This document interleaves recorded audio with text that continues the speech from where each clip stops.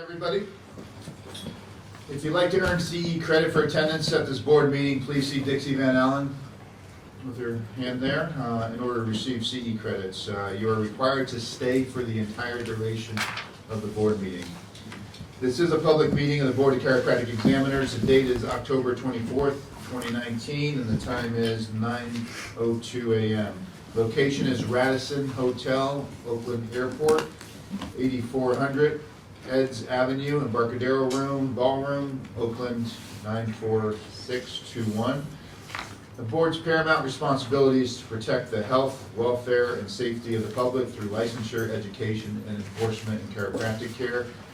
Please be aware that this meeting is being audio and video recorded for live webcast. Please turn off or silence all your cell phones, and we will now move to take roll. Mr. Rufino? Good morning, everybody. Dr. Sergio Azzolino, Present. Dr. Dion McLean, Present. Frank Rufino, present, Dr. Edo Den, Present. Dr. Corey Littman, Present. and Dr. David Parrish. Present. Mr. Chair, we have a quorum. Thank you. And we will now please, Mr. Rufino, can you lead us in the pledge of allegiance, please? It will be my pleasure.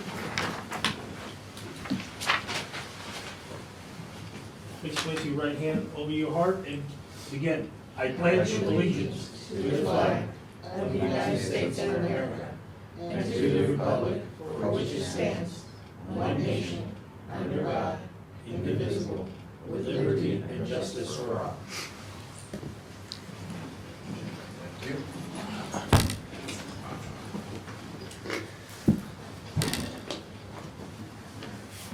I will now be turning over the meeting to Honorable Regina Brown, our administrative law judge, who will be presiding over the hearings. Good morning. I am now opening the record in the matter of the petition for reinstatement of Ku Lee. Are you here? If I can have you come up to the front, sir.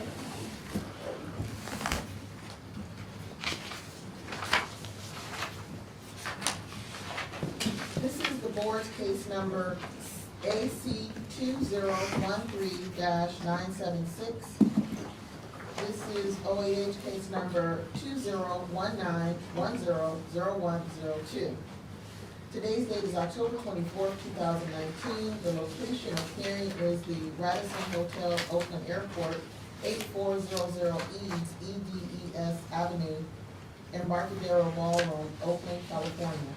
My name is Regina Brown, and I am an administrative law judge with the Office of Administrative Hearings. I have been assigned to sit with the Board of Chiropractic Examiners, which is convened here today to consider this petition. May I please take your appearances for the record? Tim Fraley, on behalf of people of the state of California. And if you could state your name, sir. Mr. Lee. Kui Lee. And you're representing yourself today? Yeah. Since you're representing yourself today, let me explain how we will proceed today. Today, the burden of proof is on you to establish that you are entitled to reinstatement. The Deputy Attorney General will go first. He will offer the jurisdictional documents, including the petition and any documents that you have already submitted to the board. And he will also provide a background of the case. Then you will have an opportunity to make a presentation to the board. If you have any additional documents that you have not already offered to the board, this will be the time to offer those documents. You may also have any witnesses testify, and you may testify on your own behalf. After you present your case, the Attorney General may have questions for you, and the board members each may have questions for you. Once, you may also, you have the right to raise any legal objections, as counsel may also raise legal objections, and I would either sustain or overrule those objections. After your matter has been heard, the board will meet in closed session for deliberations, and you will receive a copy of their decision in the mail as soon as possible. Do you have any questions about the procedure today? All right, thank you. Mr. Brady, you may proceed. Thank you, Your Honor. I have one exhibit 1, if I may approach that remark. Yes.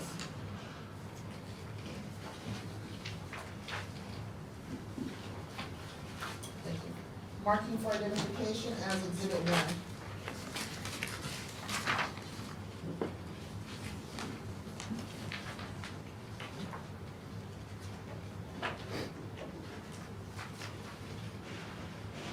Thank you, Your Honor. Exhibit 1 consists of the original petition packet with accompanying documents, which the board members have all been provided a copy of as well. This is a petition for reinstatement of revoked license number DC 27799. The petition was received by the board on April 16, 2019. The petition consists of attachments, including attachment 1, sentence monitoring computation data, attachment 2, a judgment and probation commitment order, attachment 3, petitioner's responses to the petition questions, attachment 4, letter from the board regarding revocation of license. Also, the petitioner has attached continuing education certificates, and there's also a copy of the default decision and order entered and effective on July 6, 2014. Thank you. Thank you. I'd ask for Exhibit 1 to be admitted in evidence. Any objection to Exhibit 1? Exhibit 1 is in evidence. Thank you, Your Honor. Now I present my summary of the case. Yes. This case involves Mr. Lee's chiropractic license issued September 7th, 2001, license number DC 27799.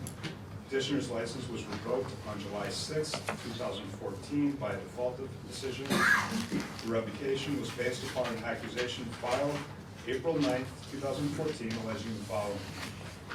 On December 17th, 2012, petitioner was convicted for federal criminal wire fraud. And this was in the United States of America versus Eeo Evaluation, U.S. District Court, Central District of California, case number SACR 110151. Petitioner was convicted of 22 felony counts of wire fraud in violation of 18 United States Code 1343.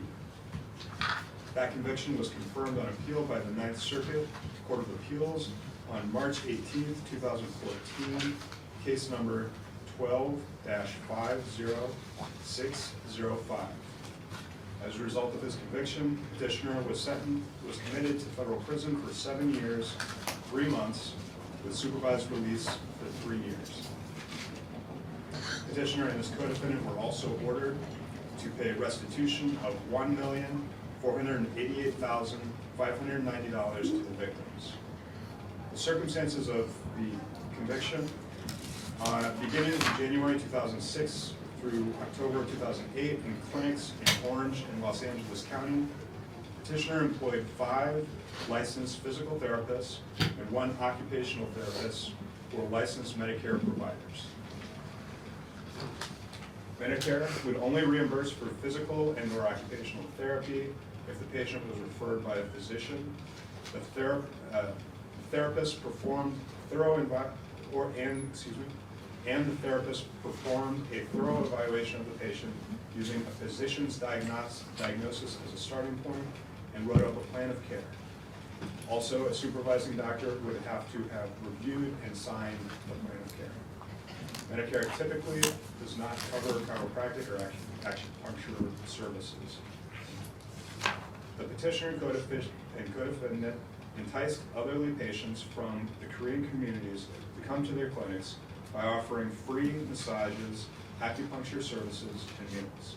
Petitioner and his co-defendant then billed Medicare for physical and occupational therapy services which had not been provided and without the required referrals and plans of care.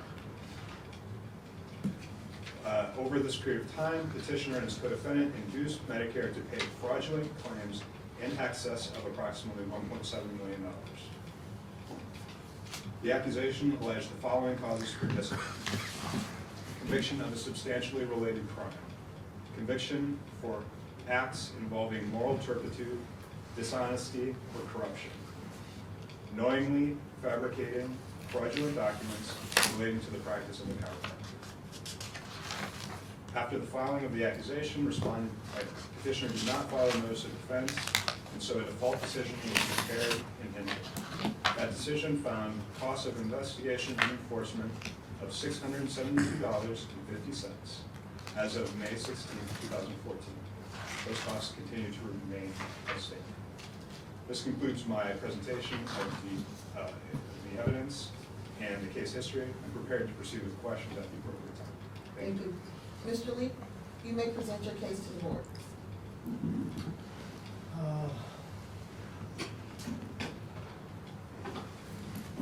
Actually, right after I graduated and get the chiropractic license, 2001, and I studied healthcare management company, October 2001 with my partner, until 2008. And in the course of my business, 2007 and 8, there were two physical therapy clinics. We made a contract, management contract. And then actually those two clinics were their clinic, and as a management company, we made a contract to provide the management service.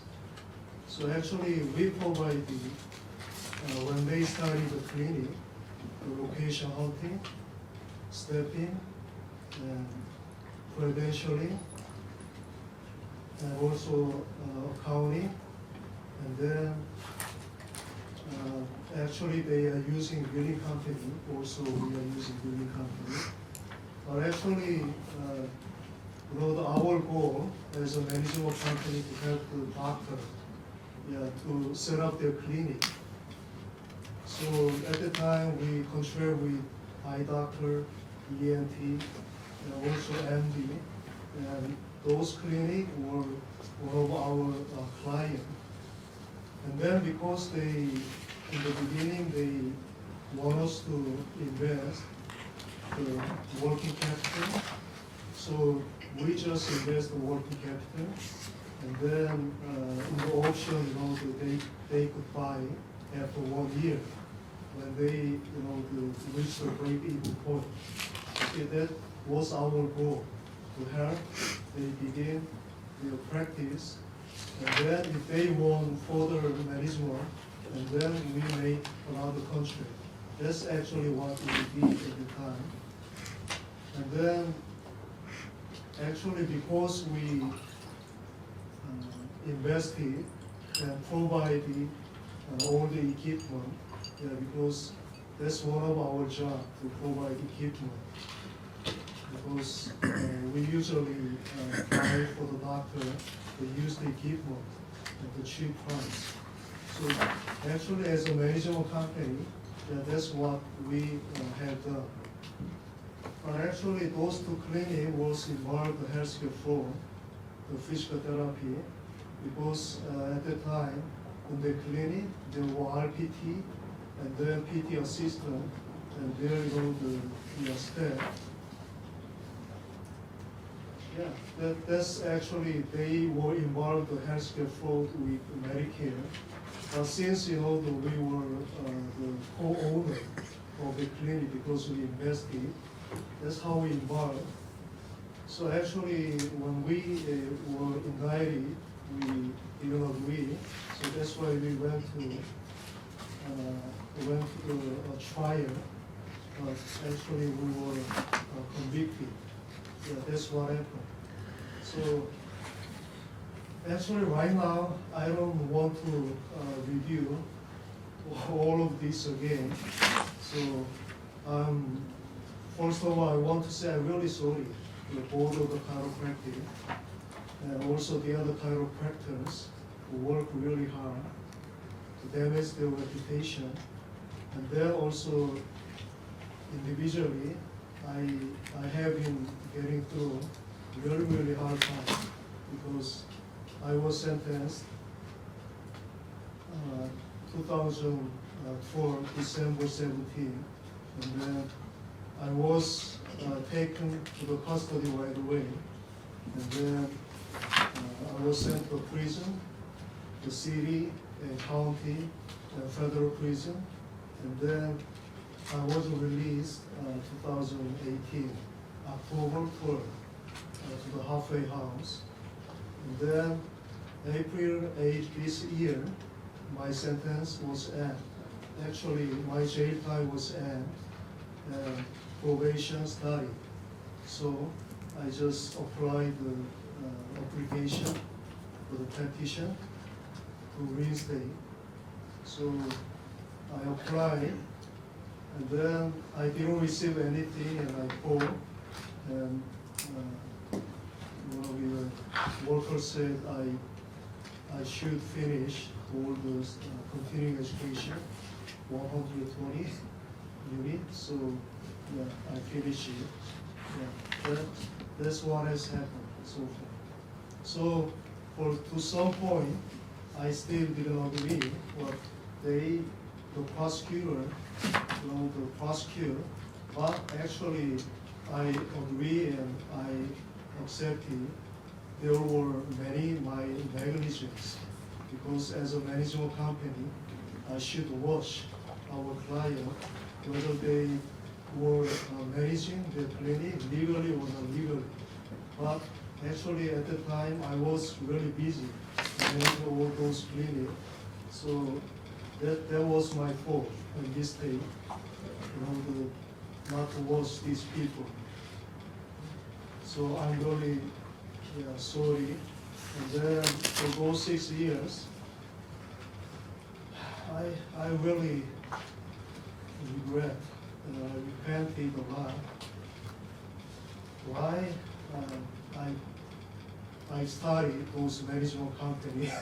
Why didn't I practice chiropractic since 2001?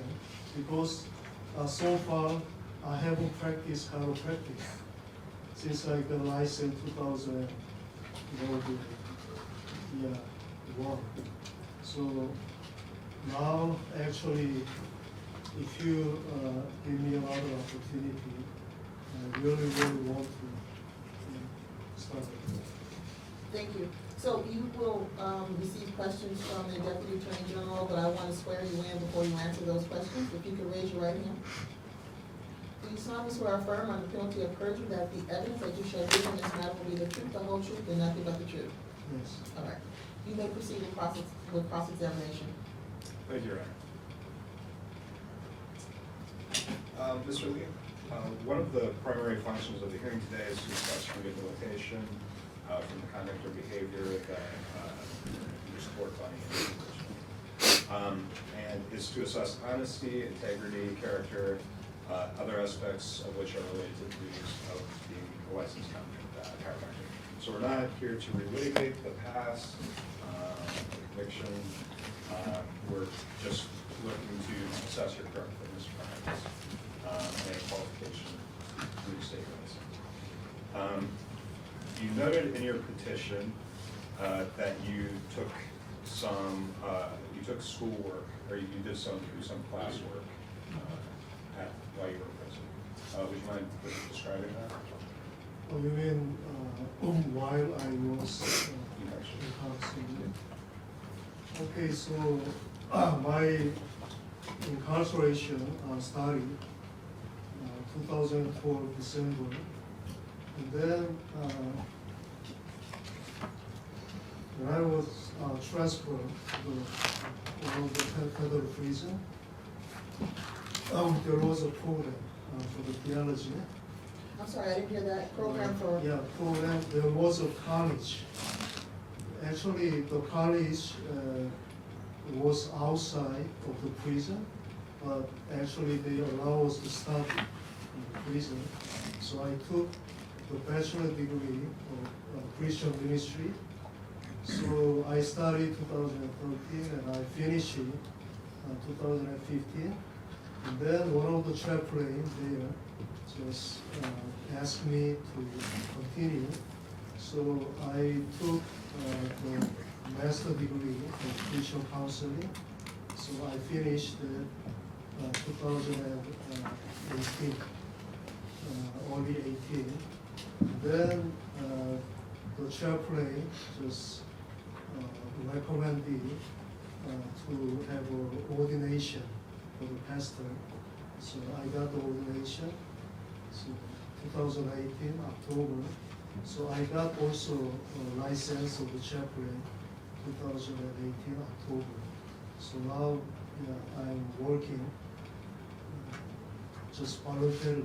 Actually, after I released, I tried to get a job, but because of the record, nobody wants to hire me. So I'm just working voluntarily at the church as a chaplain. Also, Did you, so you took courses and you studied this throughout your time in prison?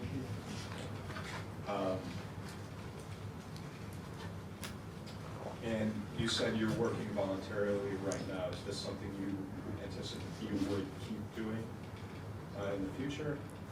Actually, because now I'm 58, so I don't know how long I could work, but I want to work at least 2 days a week as a volunteer at the church.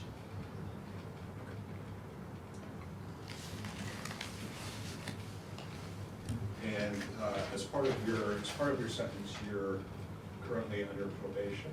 Is that right? Yeah. And for how long will you be under probation?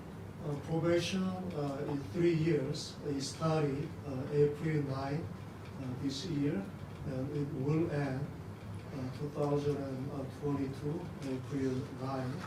But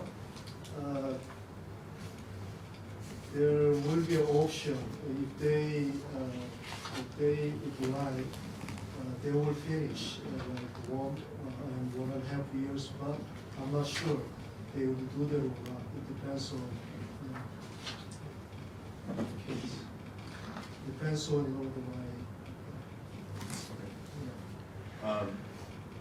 Now, when you were talking earlier, you were talking about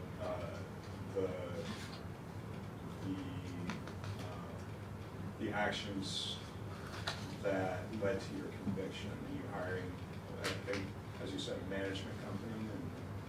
And are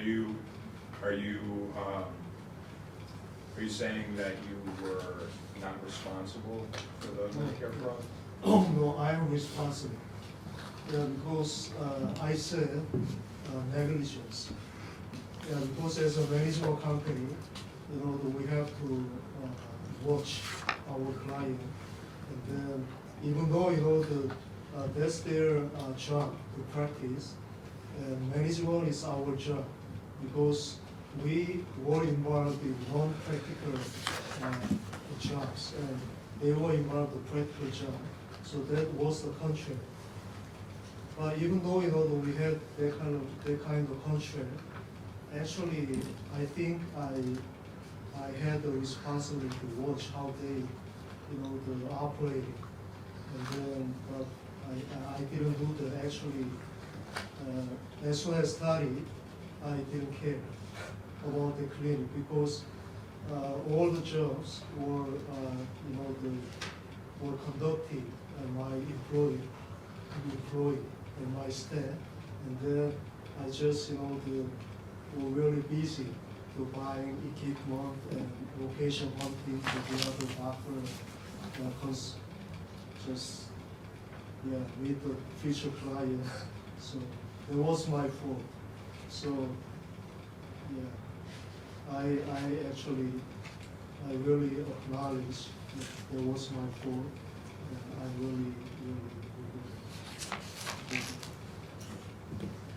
And if the board were to reinstate your license, how would the board be certain that this type of negligence or fraudulent behavior would not continue, or would not happen again?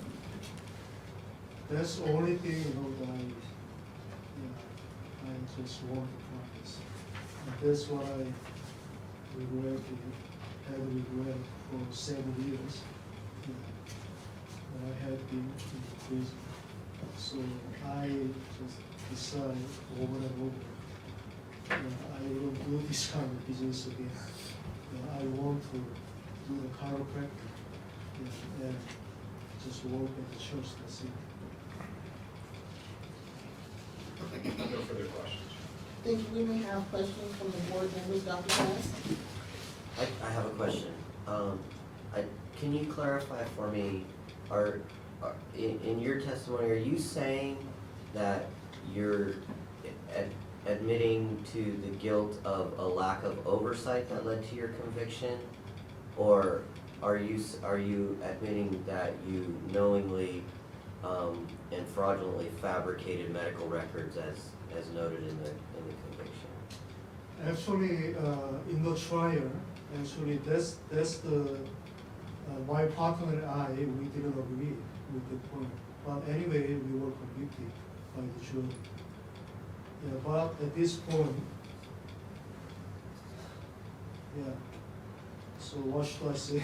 Well, I guess what I'm wondering then is, as you sit here today, Actually, yeah, all the document and all the practice were done by the PT and their staff. But we were the owner, and then we were the, the investor.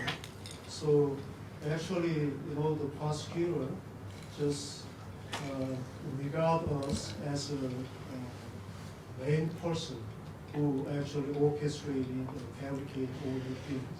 So how could we, anyway, we were convicted, so how can I, explain? understood, thank you. Chair Azzabello? I'd also like a point of clarification. Did you state that you have not practiced chiropractic since you were licensed? Yeah, I have not practiced. So have you ever practiced chiropractic? Actually, at one of my clinic, the clinic, I were involved, there was a chiropractor, there were chiropractor. So my question is, have you ever No, practiced chiropractic? I haven't practiced. Okay, thank you. Vice Chair McClung? Good morning, sir. Just more clarification there. I understand your answer to Dr. Assolino that you never not practiced chiropractic. You want your license reinstated. And if we were to reinstate it today, what are your plans to begin practicing? Are you planning to begin to open a practice? Yeah, What are your yeah, plans? Because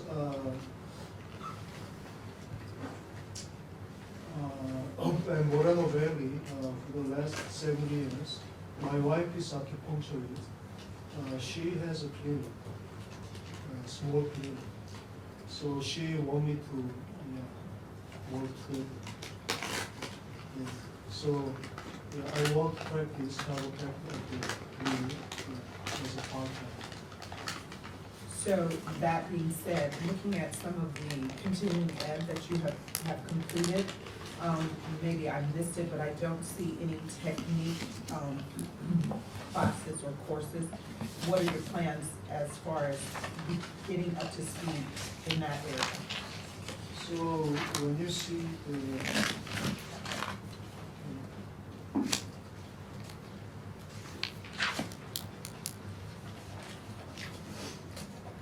And which page are you looking at, sir? What page are you looking at? attachment 3.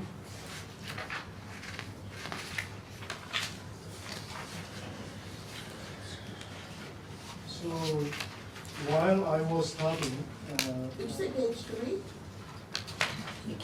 attachment number 3. Go ahead. Yeah, and number 6, actually, while I was being incarcerated, I was studying theology, and also I just studied a little by little about chiropractic. Yeah, because when I attended the LACC, actually I was teaching technique, but not at the school. I just organized the group. Since from the second term, I was teaching corporate technique and non-step and diversified from second term until I graduated. The proof of that, because there is association, of the Korean Association, and because they awarded me, yeah, to to teach them the technique. So actually, I was really good at technique, but still, I was studying chiropractic technique, and all those subjects I just write because I didn't want to forget all I had learned. So I'm sorry, I see that you listed those techniques, but did you take any classes in it, or when you say study, were you just studying literature regarding? Yeah, literature.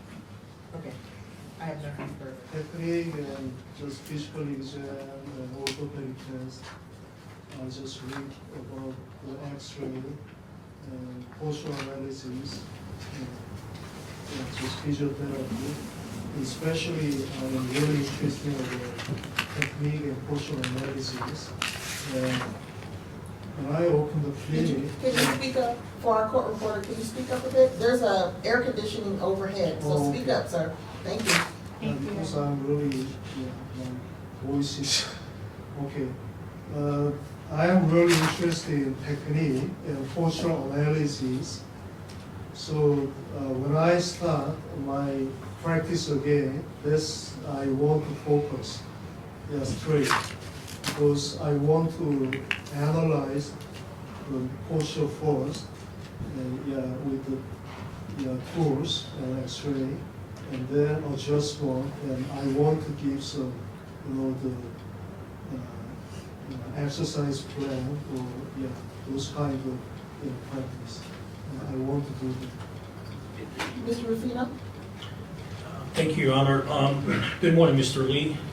And I want to begin by making a comment and congratulate you that during the time you were incarcerated, looks like you did a lot of study, by completing your BA in ministry and then completing your master's, and then at the very end, in October, as you testify, you got ordained. So congrats on focusing and really getting all that under your belt. But with respect to rehabilitative and corrective measure, other than those studies, is there anything else that you have done or seek counseling or seek divining or whatever that you have done that will illustrate your rehabilitative effort? And do you feel you are rehabilitated in any way? Oh, you mean chiropractic? Well, in any form. I mean, do you feel like reflecting on what happened and everything, do you, I'm uncertain whether or not, I hear what you said. You said, you got, the jury convicted you and you accept that. But do you truly feel that you did wrong, you were involved, and how do you process that? How you have rehabilitated from that perspective? Yeah, actually, since I was taken into the city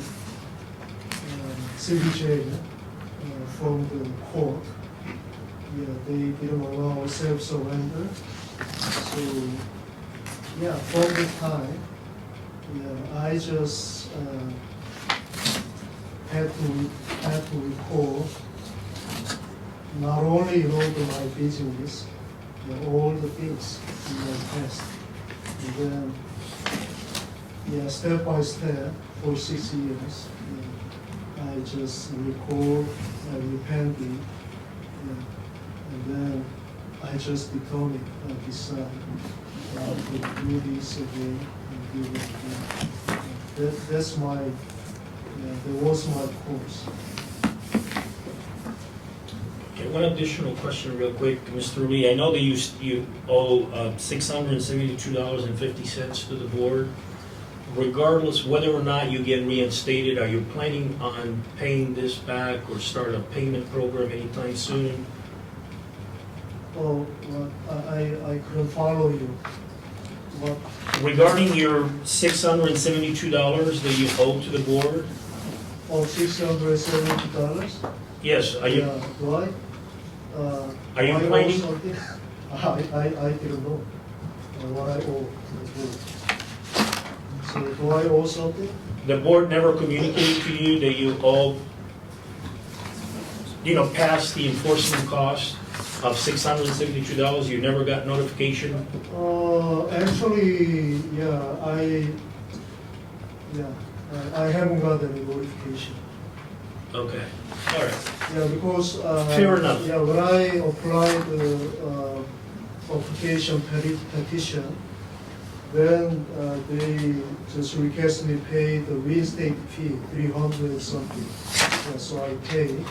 And then 600, yeah, definitely, I would pay it. Yeah. So my question is, are you planning to repay it regardless of the outcome of this proceeding today? Yeah. Okay, I would- all right, thank you. Anything, I would. Thank you, Mr. Lee. No Yeah, further because questions. not only did things, I have a debt. I have a debt to the board and to the chiropractor. Actually, to my friend, I'm very sorry. Then, because of me, it's their reputation as a chiropractor. And so I'm really sorry. So I have a debt. Today. Dr. Dan? I have no questions. Dr. Littman? I have no questions either. Any other questions from the board members? All right. Any closing remarks? No, thank you. Anything that you'd like to say in closing? All right. And can you give me an affirmative no? Is that a no or a yes? Oh, no. All right. Thank you. So as I said before, you will receive a copy of the board's decision in the mail. Thank you for your time, sir. Yeah, thank you very much. Once again, I'm really sorry. All right, thank you. We're off the record.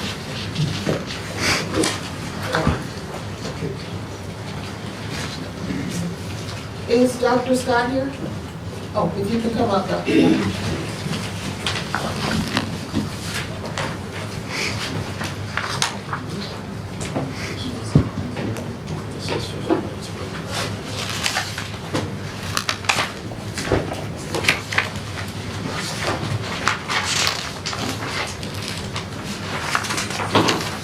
Ready? We are on the record in the matter of the petition for early termination of probation filed by Walker Scott. This is the board's case number AC 2016-1089. This is the Office of Administrative Hearing, case number 2019-100109. Today's date is October 24th, 2019. The location of hearing, once again, is the Radisson Hotel Oakland Airport, 8400 Eads Avenue, Embarcadero Ballroom, Oakland, California. My name is Regina Brown, and I am an administrative law judge with the Office of Administrative Hearings, and I have been assigned to sit with the Board of Chiropractic Examiners, which is convened here today to consider this petition. May I please have your appearances for the record? Thank you, Your Honor. Tim Furley, Deputy Attorney General, here on behalf of the people of the state of California, pursuant to Government Code 11522. Walker Scott. Thank you. And you are representing yourself today, correct? Yes, ma'am. Since you're representing yourself today, let me explain a bit about the procedure. Today, the burden of proof is on you to establish that you are entitled to early termination of probation. The Deputy Attorney General will first offer the jurisdictional documents, including your petition and any documents that you submitted in support of that petition, and he will also provide a background of the case. You then may make your presentation to the board. If you have any additional documents that you have not already provided to the board, this will be the time to offer them into evidence. You may testify on your own behalf, and you may also call witnesses to testify. The members of the board and the Deputy Attorney General will have questions for you when you testify, and you have the right to raise any legal objections to any questions posed to you. After the petition has been heard, the board will meet in closed session for deliberations, and the board's decision will be mailed to you shortly, as soon as possible. Do you have any questions? You may present your opening. Thank you, Your Honor. I have Exhibit 1, if I may approach.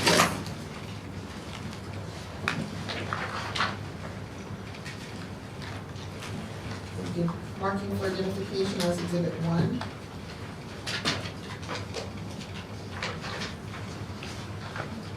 Your Honor, if I may correct that, it's actually the exhibit packet containing exhibits 1 through 3. Thank you. I have marked exhibit 1 for identification, I'm marking exhibit 2 for identification, and I am marking exhibit 3 for identification. And you may identify the documents. Thank you, Your Honor. Exhibit 1, what's been marked as exhibit 1 is the original petition packet from petitioner with his accompanying documents, which the board members have all been provided copies of the same set of documents. Petition 1 consists of the following. The petition for early termination of probation dated July 4th, 2019. Reference letters from petitioner's previous hearing. A copy of the stipulated decision order in petitioner's hearing dated October 17th, 2017. A letter dated February 5th, 2019 regarding his passage of the California Chiropractic law examination. A May 16th, 2019 letter stating that petitioner has paid the cost recovery amount from his stipulated settlement, fulfilling condition 7 of his probation order. Copies of IRS Form 1098-T tuition statements of petitioners. Petitioners' disbursement amounts for PCOM San Diego, schedule for classes at PCOM San Diego, cover pages of assorted journal articles, and certificates of course completions completed by petitioners. And that is Exhibit 1, Your Honor. Exhibit 2, I'll move on and identify Exhibit 2. Exhibit 2 is a probation report from Christina Bell, the board's associate probation analyst. Exhibit, what's been marked as Exhibit 3 is a certified copy of the stipulated settlement and disciplinary order in petitioner's hearing. And at this time, I would ask for Exhibits 1 through 3 to be moved in evidence. Any objection to any of the exhibits? Exhibits 1 through 3 are in evidence. Thank you, Your Honor.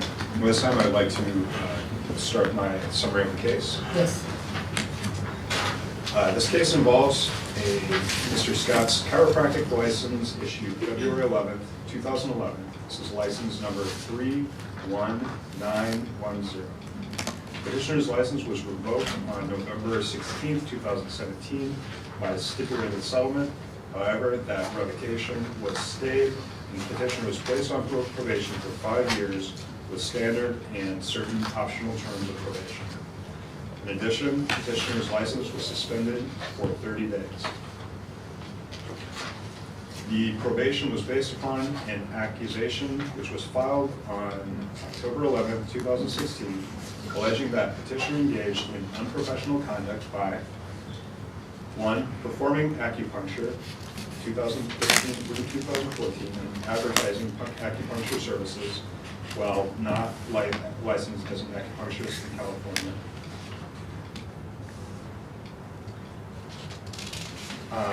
On January 8th, 2014, petitioner began treating patient JF, a 31-year-old woman, at his clinic for headaches. He did not obtain informed consent prior to the treatment. He performed acupuncture on JF on January 20th, 2014 through trigger points on her back. Afterwards, the patient experienced pain in her chest and had a hard time taking a deep breath. She later went to the emergency room and was diagnosed with a collapsed lung that required immediate medical treatment. She additionally wore a device for several days to make sure that her lung floated properly as part of her recovery. The accusation that was filed alleged the following causes for discipline. 1, gross negligence. 2, incompetence. 3, repeated negligent acts. 4, practice beyond the scope of a chiropractor. 5, failing to obtain informed consent. And 6, conduct that endangers the health, welfare, and safety of the public. Petitioner additionally received a citation on December 22nd, 2015 from the California Acupuncture Board for violating their regulations by engaging in acupuncture without a current and valid license. That citation amount was $1,500, which to our knowledge has been complied with. As part of the stipulated settlement that petitioner entered, he admitted the truth of each and every charge and allegation in the accusation. He agreed to pay costs of $8,847 during his probation term. He agreed to take and pass the chiropractic law exam within the first 2 years of his probation. Petitioner has complied with his probation. He paid the costs recovery amount by May 16th, 2019. He completed the California Chiropractic law exam on February 5th, 2019, and he has also complied with the quarterly reporting requirements. This concludes my presentation of the documentary evidence and the case history. I am prepared to proceed with questions that we put forward. Thank you. Dr. Scott, this is your opportunity to make your presentation. Sure. And let's swear you in before. We solemnly swear or affirm under penalty of perjury that the evidence that you shall give in this matter will be the truth, the whole truth, and nothing but the truth. Yes, ma'am. And if you could state your spelling name for the record. Walker Scott, W-A-L-K-E-R-S-C-O-T-T. Thank you. You may proceed.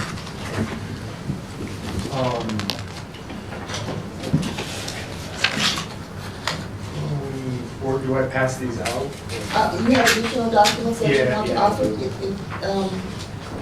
Yes. I just wanted to pass it out. I can walk them.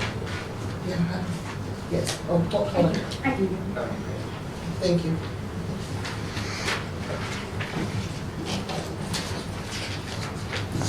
That was an accurate assessment of everything, and I've not denied anything this entire time.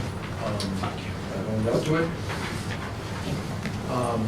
Coming out to California from Iowa, the laws are much different. The board certification from the chiropractic examiners does not apply out here in California. That was out of bounds on that. So for my following everything and moving forward with rehabilitation, way ahead of my continuing education hours. I'm a year ahead right now. And I also enrolled in Pacific College of Oriental Medicine for acupuncture. It's 11 semester program, like 2,300 hours. It's very long, very expensive. It's very comparable to chiropractic school. I just finished that this August. I believe a 3.8 GPA, and a lot of these documents are included I in gotta there. read it this one. If you could raise your voice a bit. Sure. The record last reads, I finished this August, Yes, I ma'am. believe in I don't think she got your GPA. Yes. Okay, I think my final GPA was a 3.8 GPA. Thank you. Okay. Finished that up in August, and then you can apply to take the licensing exam a month after graduation. I've done that, and I just passed out the passing of the California acupuncture licensing exam. I did fairly well on it. And is that the document that you handed out? That's the one I just passed. I've marked that as Exhibit A. Okay. Any objection to Exhibit A? No, Your Honor. Exhibit A is in evidence. So after using the master's program at PCOM as part of my rehabilitation, that is concluded. There's no more steps now to apply for an acupuncture license other than bringing in money. And at this point, I would really like to conclude my probation with the State Chiropractic Board, so I just can move forward applying for another license in acupuncture without having another license on probation from practicing. Not unless we're practice with acupuncture, so it's just, And keep your voice raised up a bit. I'm sorry. At this point, I'm looking to get off probation early so I can apply for my California acupuncture license with a clean I guess, clean slate, you might call it, or something, fresh start.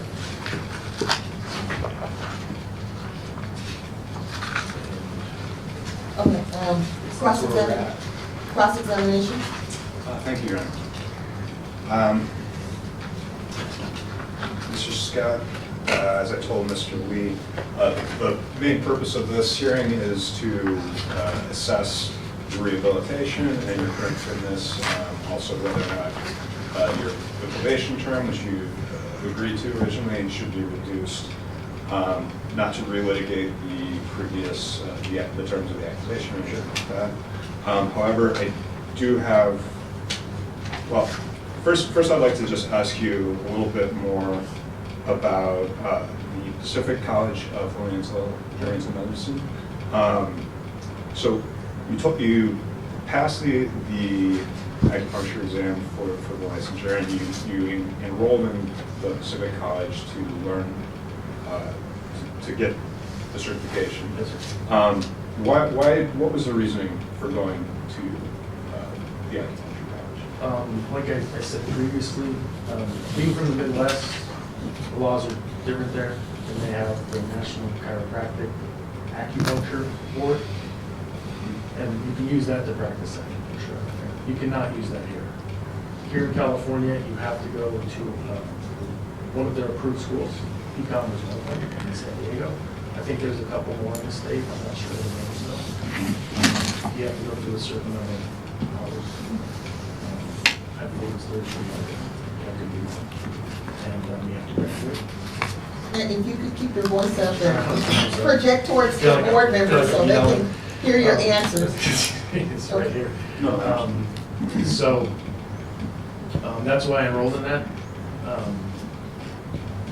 Okay, so I understand that's why you, in order to get the license, that's why you had to enroll. But I'm wondering, why did you decide to go get an acupuncture license? Why did you decide to enroll in the acupuncture college? This whole situation, obviously I was wrong in this situation. And I think the right thing to do is go to school.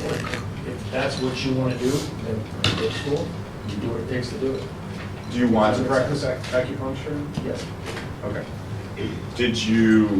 So you enrolled in the college because of this situation from the accusation with the treatment of the patient? So you said you enrolled in the acupuncture school because of the whole situation?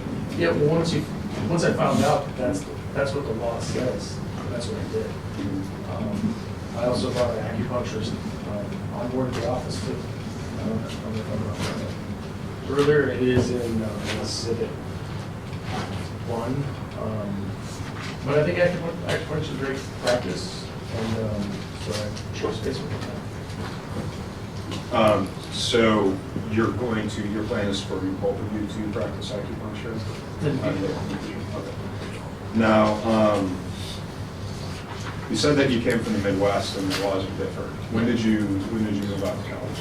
I moved out here shortly after graduation, When was that? 2010. 2000? What was the date again? When I moved out here, Yes. I graduated in 2010. I'm trying to do it like my mental math here with the years. I think I got licensed here, and that was right when I moved here in March 2011. March 2012? Yes. Now, so you got licensed here, you understood the need to get chiropractic, to get licensed to be a chiropractor in California, right? When you moved out here. But it seems like you assumed that you could practice acupuncture I as did. a national test. Yes. Okay. So why did you assume you could practice acupuncture because of the national test, but you had to be licensed as a chiropractor? Because that's the way it works in the Midwest where I'm from. I mean, you look at one of my reference letters, it'll say right on the top, chiropractic and acupuncture, right on the top. We took the same courses, and the same tests. So, you just start to make those associations of, well, this is how it works. So you took acupuncture classes at where did you go to chiropractic At school? Cleveland, Casey. Okay, so you took acupuncture classes I did. there. And where was the school at? Kansas City. Kansas City. And that's where I took my boards too. I'm sorry. I That's couldn't where I hear took you. my boards, was in Kansas City as well.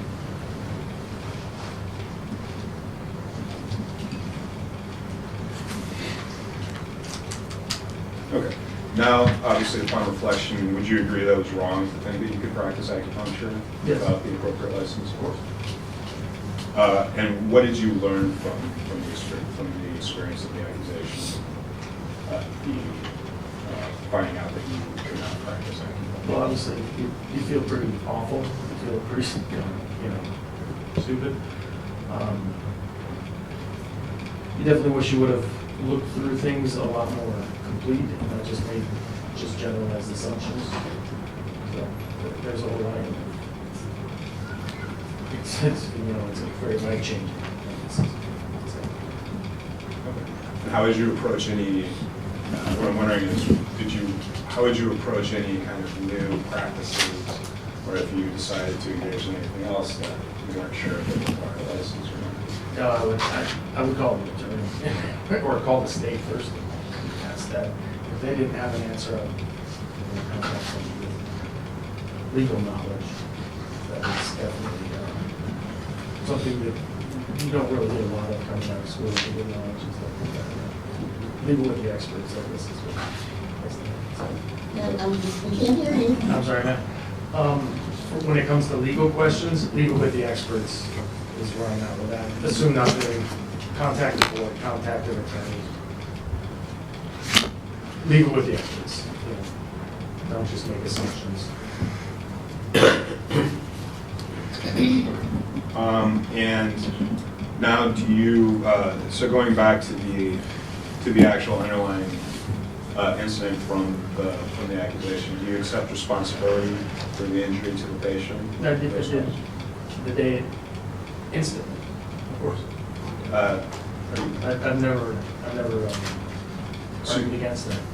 Okay. But you recall there was a civil, did your patient sue you in a civil situation? That was a long time ago, and I'm not good with legal terms, so I don't know exactly what the proper term is, but there was a lawsuit, yes. Okay, you filed that patient that Yes. injured?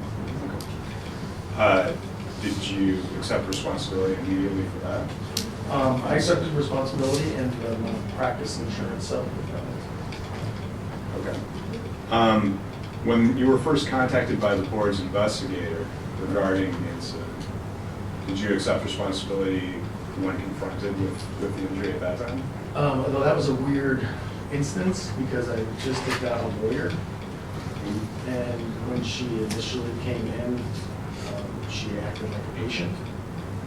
And then when she told me she was from the board, I said, you probably should talk to my attorney. I would be glad to tell you anything you want, but my attorney had some problems with me maybe speaking to people without consulting him.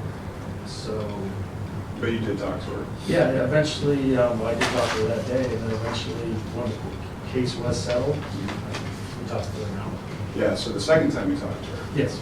Did I you? talked to her the first time too. I just told her, I'm like, listen, I wish I could talk to you, but you should probably talk to my attorney first. Okay, And then but let's go. when you did talk to her, you didn't really accept responsibility at that time, did you? That was a long time ago. I couldn't tell you exactly what I said. I'm sure it's all recorded or something like that. Yeah, I mean, it is recorded, but I'm trying to just, so you're very confident that you accept responsibility, but now it seems like you're not as confident, or you just don't remember what you were talking about with the. Well, you're asking me a specific thing I said 3 or 4 years ago. Of course, I don't remember that. If you're asking me if I accepted responsibility, yes. The incident happened in my office that day. I accepted responsibility immediately. Did you accept responsibility that the acupuncture was the cause of the injury? That was just assumed. Okay. Yeah. So It was you- never in a debate. It was assumed.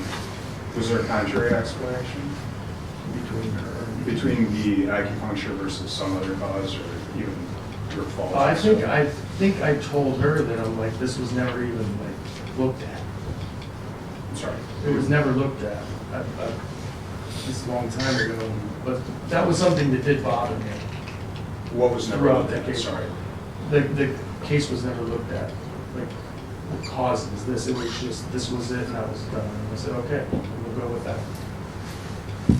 I'm not a Did you- medical examiner or anything, Okay. so. Did you ever provide potentially alternative explanations? Did you ever, To her? to the board's investigator, If they asked, Hmm. I might have. If they didn't ask, I did not. The case settled, and that was it. Okay. Does that make sense? I'm still not, the board's investigator, and we can enter this as an exhibit if we need to, but the board's investigator at least reported a conversation with you where it seems like he didn't think it was possible for the acupuncture to have been the cause of the deflated lung. I don't know if I said that or not, because that was a long time ago. Okay, but looking back now, are you accepting responsibility? I have accepted responsibility. The patient was hurt on my watch day one. It doesn't matter if it was, I was out of bounds with the acupuncture, so that's a fact. Okay. That's not in dispute. If it was possibly something else, if it was this or that, it doesn't matter at this point. I've taken all responsibility. There's nothing left to take. I'm not sure what you're asking me. Sorry. Well, what I'm asking, I guess, is whether the acupuncture itself was the cause of the lung injury. It seems like that's a sticking point, that's why I'm asking. I mean, the question doesn't make any sense. Okay. We can move on. I'm telling you right now, I'm taking full responsibility, whether it's acupuncture or adjustment, it doesn't matter. It was on my watch, in my office, it's done, it's mine, I own it. When you were practicing acupuncture without the license, did you bill your patients for those services? I don't believe so. But So- it was a long time ago, so I really can't like. I mean, insurance doesn't bill acupuncture, so. Well, I mean, you would bill a patient if the insurance didn't cover it, right? It could just be like included in And I can't hear your answer, I'm sorry.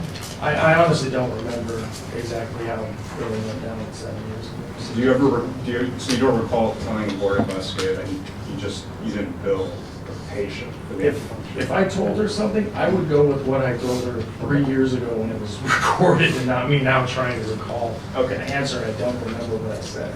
If a chiropractic service wasn't covered by insurance, you would still bill the patient for that service, right? You have to give me. I assume you want to be paid for your service. I'm not sure what you're saying. So if it's not covered by insurance, you would bill on top of that? No, so I assume you, as a chiropractor, as a licensed professional, you want to be paid for your services, right?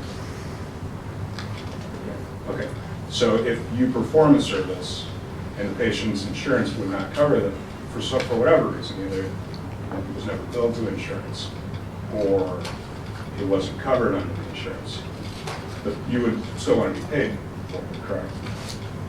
That's what, ICD-10 codes are for, and CPT codes are I'm sorry. Oh, the reporter can't hear your I'm answer. sorry, that answer for. is, It's okay.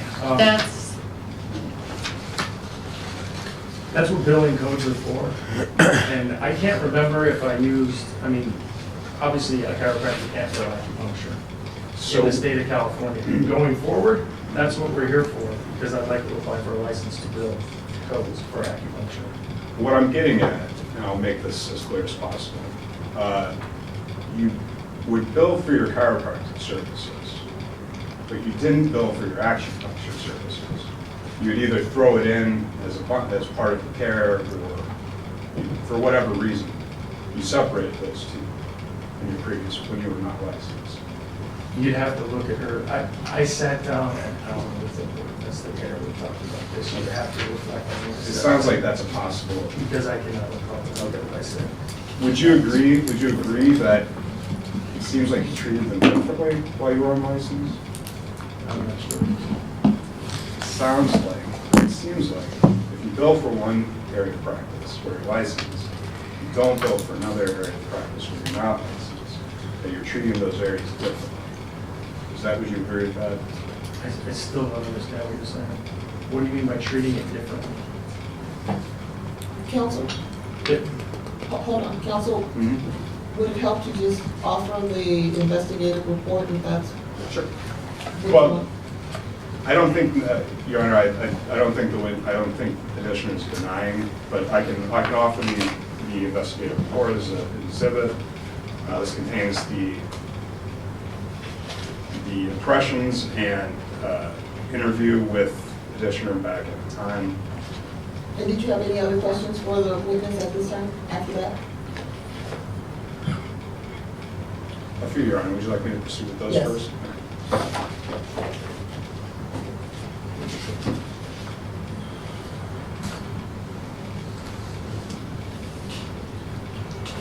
So when you signed the settlement stipulation on November 16, 2017, there was 5 years of probation at that time that you agreed to, right? Yes. Did you believe at that time that that was an appropriate probation term? Now, what has changed since signing the stipulation to now that leads you to believe it would be more appropriate to terminate now? I think just the term you bring up all the time, rehabilitation. I believe I've checked every box that the board has asked me to check, fulfilled every obligation, and then went beyond that by doing the required curriculum to get licensed in acupuncture for that. I think that was a very long, arduous journey with all this stuff kind of, was in the background of. It was very difficult. And when it comes to rehabilitation, I'm not sure that there's left to do when it comes to trying to correct the problem. Okay. Is there anything else that you'd like to tell the board in support of the petition for this? Do I need to go on? Whatever else you would like to bring up, I'm just opening it up. Okay, sure.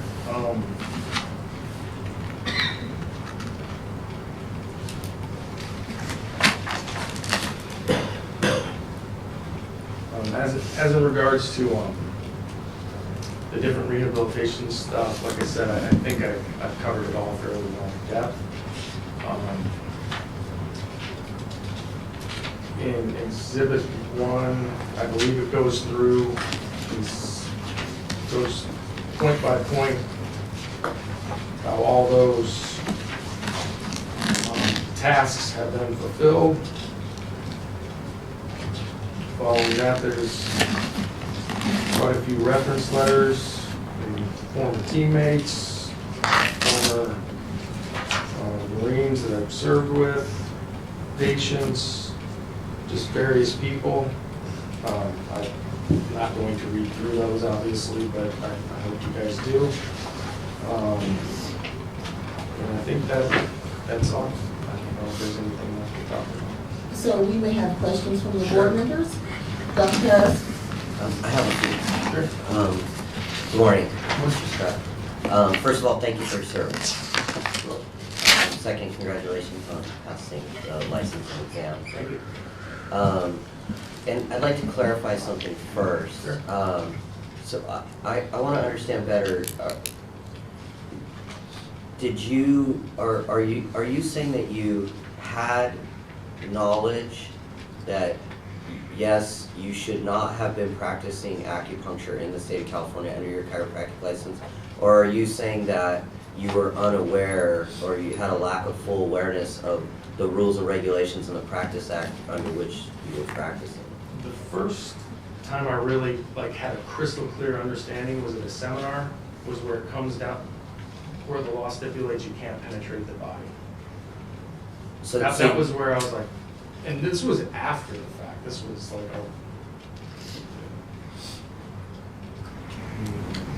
maybe 6 months. So you had not come across that in your studies to pass the state licensing exam, the chiropractic licensing exam, or just in your due diligence of being aware of the rules and regulations I didn't under see which you acupuncture practice? anywhere in the state laws. Okay, Even when I went and looked at it recently, I don't think I see the word in there, okay. penetrating the body. Okay, so I just want to understand you clearly. You're saying you were unaware that you were not able to. I thought the national acupuncture from the chiropractic board was kind of like an Okay. all-inclusive. Understood. Understood, thank you. And so I assume you plan to practice with dual licensure? Yes, Okay. And so have you come up with a plan or thought about how, can you tell us how you plan to rectify being able to use both those licenses and how you may have, it sounds like you're ready to take the test and get going, so how you What plan to, test? well, I'm sorry, the, apply for licensure, Oh, yeah. acupuncture, excuse me.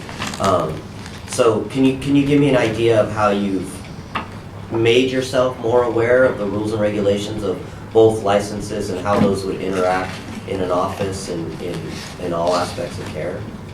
That's a great question, actually. I suppose how it works now. I work with an acupuncturist now, 3 days a week, and I would just kind of treat it the same way, just separate. Does that make sense? Yeah, I'm asking if you've thought about it, yeah, so Yeah, whatever you tell me I have makes thought sense. about it quite a bit, and it's just like, wow, what to do type of thing. But I think that the separate thing is just the most obvious answer, if that's the way it works now. Okay. And clinically, I have a question. Sure. Is there a question in your mind as a practicing chiropractor and somebody who had done acupuncture in office, but is there a question in your mind? My understanding was the patient suffered a collapsed lung post acupuncture treatment.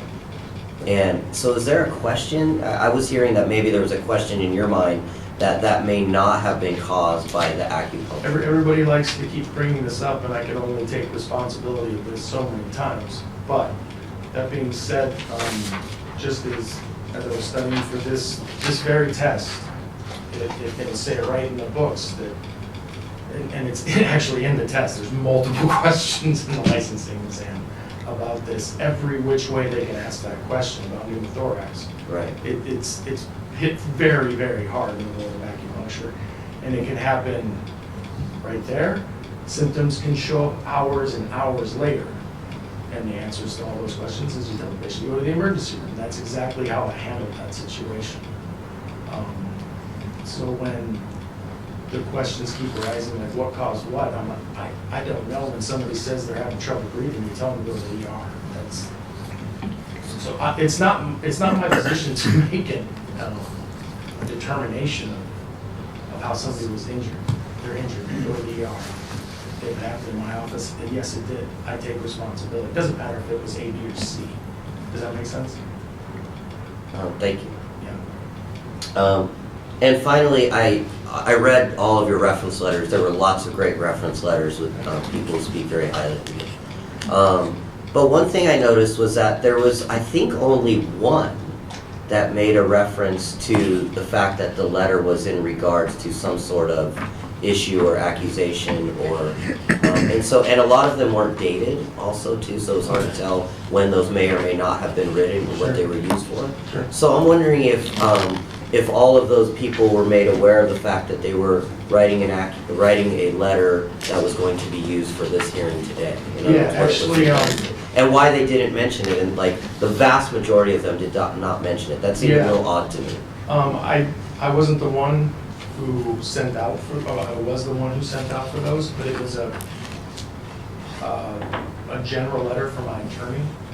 So she instructed them on the reference letters. I had none. Okay. So, but they all know me well, they all know the situation. But as in regards to writing it, it was per the attorney that I had for the initial thing with the board, I think a year and a half ago. Okay. And those are those letters. So the attorney wrote a templated kind of form to She send said out this to is get what references. we want. Understood. Thank you. I have another question. Chair Azarino? I'd like to thank you for your service also and commend you on completing acupuncture school.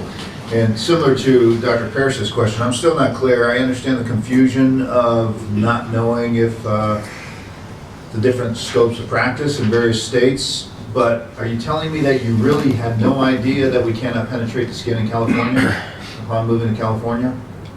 It's hard for me to speak from the 2011, especially now that I've been in school penetrating the skin, for years. So are you it's clear? difficult for me. I'm crystal clear now. Are you yes. clear on the scopes of practice of chiropractic? In California, in regards to penetrating the skin, absolutely crystal clear, yes. Are you clear on the entire scope of practice of chiropractic in California? As far as I know, yes. I mean, I'm not. And what have you I done can't say I'm an differently? expert, but- I'm sorry. What have you done differently to prepare yourself to understand the scope of practice today versus what you did or may not have done to take the jurisprudence exam upon getting a license Well, in obviously, California? I retook the jurisprudence exam, that was a lot of studying for that. But, and to be honest, I think continuing education is the key to staying up to speed on all the different laws and hearing the different things going on and working on practice. Because, like I said, speaking about 6, 7 years ago, you start to forget stuff, you're human, you know what I mean? But as long as you're doing continuing education, learning, staying informed and up to speed, I think that's the way it works, that's how it goes, that's what you do. And I understand the incidence of pneumothorax is extremely rare with acupuncture. Yes. Can you reflect back on something, given your level of understanding now, on something you would have done differently to possibly prevent that? It's hard for me to comment because I've been in school for 4 years, and we've been taught a certain way, so that's what's in my head. Has your technique changed on how you would be needling over the thorax since going to school? My technique is what the school teaches and what the state requires, and that's what I know. I can't comment on my technique back then, except I honestly don't remember. It's been a long time. Can you reflect on the difference in training of what you receive now Well, I'll versus tell you what right you now, received in obviously, chiropractic I'm school? much better. It's Hold been on, many hold years. on, hold on. I don't know if the court reporter got the complete question. Oh, sorry.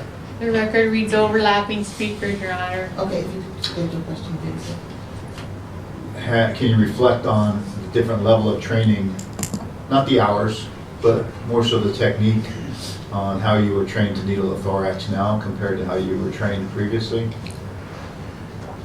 For going through a state school with all those hours, now it's much more in-depth. It's much more precise. It is quite more instruction, you know, whether it's angle depth, penetration, all that stuff. It's quite a bit. And so besides the inconvenience of your probation, is there anything else that you could offer to the board on why we should be reducing probation? At this time, I can't think of anything off the top of my head. I think I've done as much as I can in a short amount of time to satisfy the board. Okay, no further questions. Vice Chair McLean? Good morning. And again, I would too like to thank you for your service. I have a few questions as well.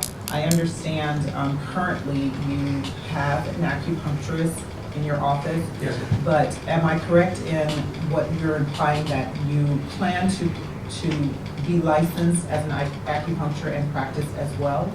Yes, Or sir. are you, okay.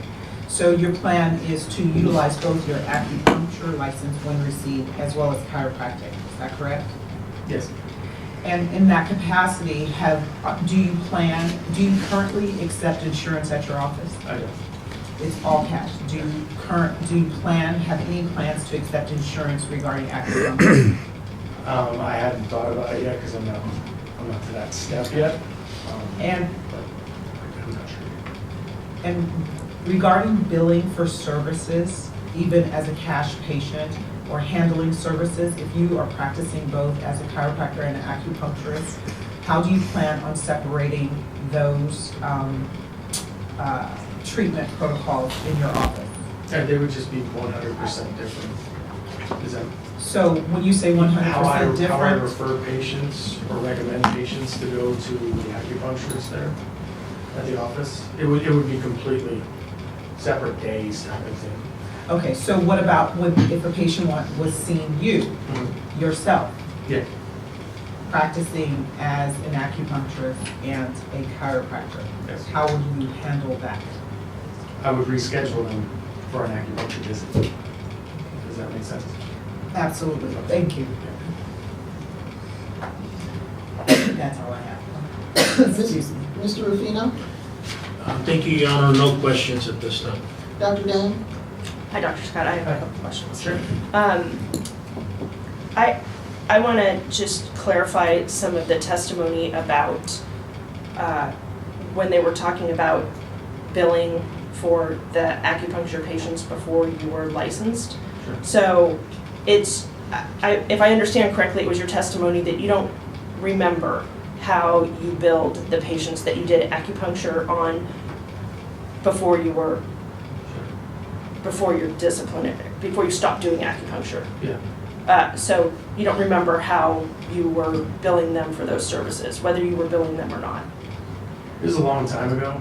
I mean, my billing's changed multiple times since then.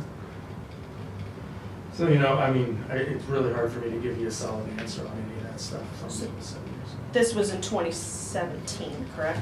So 2 years ago? No, this was in 2013. Oh, 2013, okay. Maybe And 2012. I have another question. So as far as the governing documents for licensure in the state of California, you said you're familiar with the documents that govern how you practice Oh, in the yes, state of yes, California yes. as a chiropractor? Some of these terms, they go over my head sometimes, they govern me document. Okay. Go ahead. Well, I'm assuming you had to study those for your Yes, the licensing exam. yes. So you're going to be doing the same thing for your acupuncture exam, correct? Or it's not the already- acupuncture exam, you already took that, but for the documents to practice acupuncture in the state of California. It's already done. Okay, so I think one of the concerns of the board, and I'd like you to clarify this for me, is when you were practicing acupuncture, your testimony was you didn't know that you couldn't practice acupuncture in the state of California without being a licensed acupuncturist. So our concern is other gaps in your knowledge about our licensing Sure. requirements that you may not know of. So that's why I'm asking you about your familiarity with the governing documents for licensure. So what documents did you study for your California law exam that you passed it, and Yeah. so how did you study for that? For the California, well, the law exam is included in the actual boards, the certification. Right, but you took it again as part of your probation. Oh, we're talking chiropractic. Chiropractic now. Yeah, we're talking chiropractic because Oh, okay, this is the okay, I thought you were chiropractic. talking about the, No, I'm sorry. I'm sorry. I know my question was confusing. I apologize. How did I study for the chiropractic one? Yeah, For the state website. okay. So Yeah. you accessed the documents off the website? Yes. And so if you had a question in the future, you would know where to refer Yes, I would. to know all the And if regulations? I did find it on there, I would pick up the phone and call. Like I said, I think that's the big thing, because some of that stuff's kind of, maybe when you go to reference it, it might be a little bit wordy and heady, Okay, and that's, just call. excellent. Okay, no further questions. Dr. Lickman? Hi, Dr. Scott. Reiterate, just thank you for your service and job on everything you've done. But I actually have no other questions. I think they were all asked for me. Any additional questions from any board member? No? Closing? Your Honor, Yes. I do have that exhibit that we had discussed previously, approach. Yes.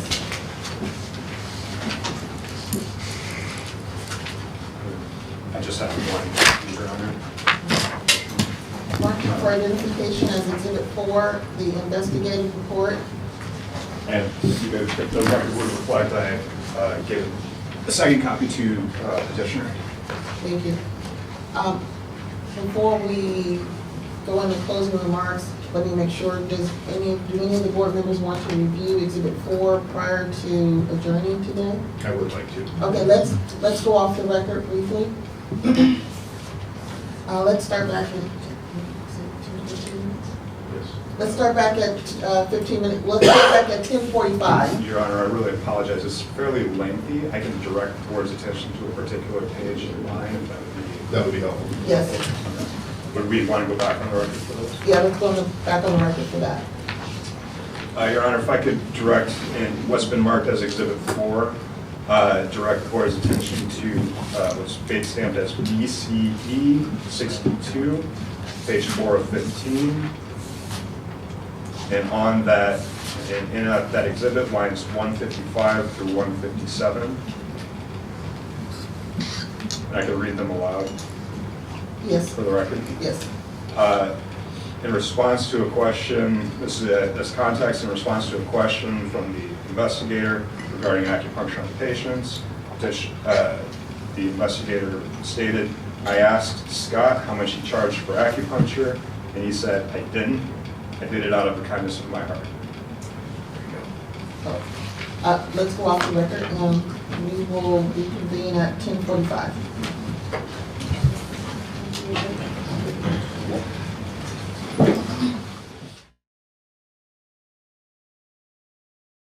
You ready? Thank you, Your Honor, I am. Back on the record, did everyone have a chance to review Exhibit 4? Did anyone have any additional questions?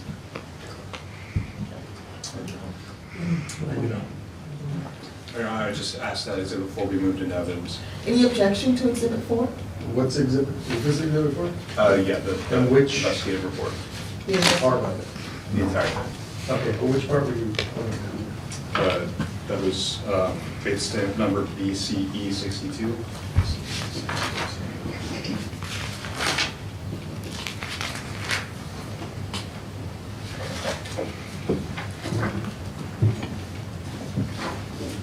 Lines 155 through 157.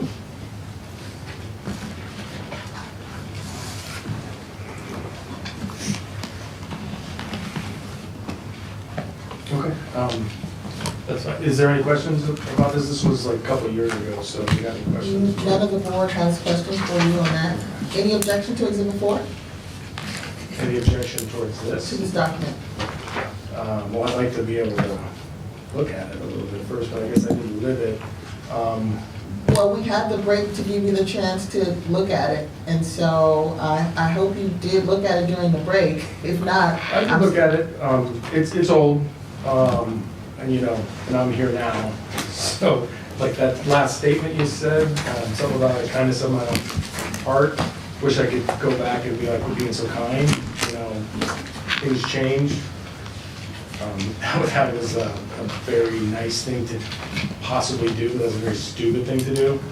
To, you know, be doing things like that out of kindness of your own heart. That is. Stances can change, I guess you could say, when it comes to a statement like that. I would go back and smack myself and say, like, listen, charge for services, do things the right way. well, Exhibit 4 is in evidence. Okay, Closing so remarks? that's what I would say about this season. Closing remarks? Nothing further. Anything in closing? Yeah. All right. So, as I said before, the board will meet in a closed session to deliberate, and the board's decision will be sent to you in the mail as soon as possible. All right, thank you. We are off the record.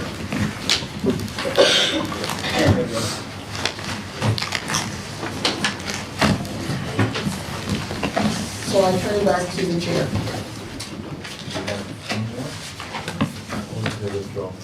No, we only have the two. Oh, And then we have the unrelated, but the hold for discussions. okay, thank you, Your Honor. So we have to clear the room before you guys. Yes, we're going to be moving into a closed session, so we need to respectfully ask everybody to clear the room.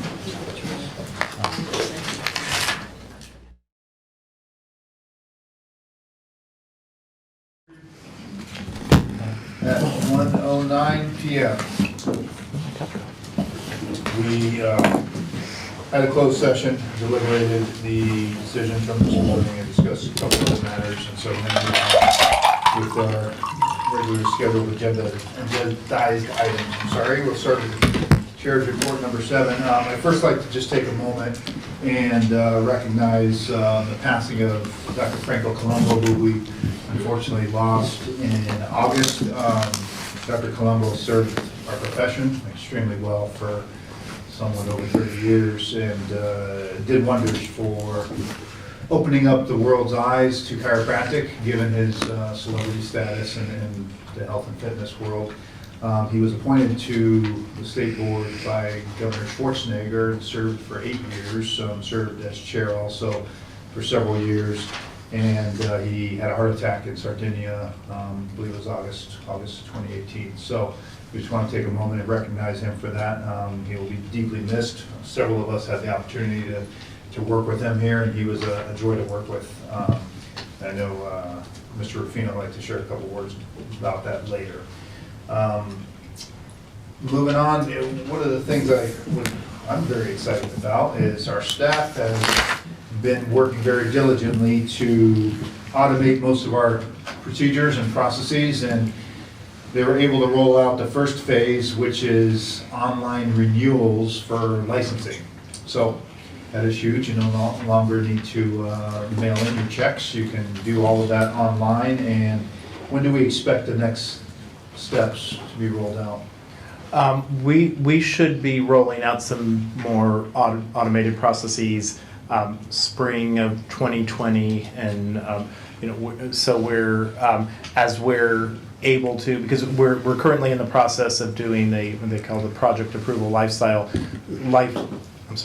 project approval life cycle to get approval for a new IT system. But there's certain things that we can start automating prior to getting the new system, and then we can just roll them into the new system. So as we can do that, we are, and we should have, by the end of 2020, we hopefully will have the new system up. And in regard to the new system, we can actually have Dr. Paris speak to the process and how it was, as he was the actual person that used the system and the online renewal process. Congratulations. I was honored. Number one. Because there was the possibility that it could wipe out their entire record and they wouldn't be licensed anymore. So we let Dr. Paris do it.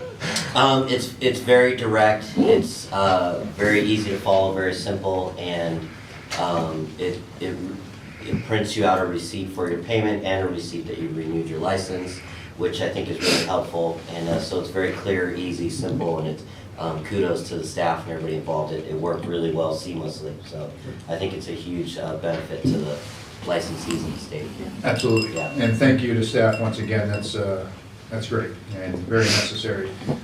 Robert and I also, about a month ago, met with the California Orthopedic Association.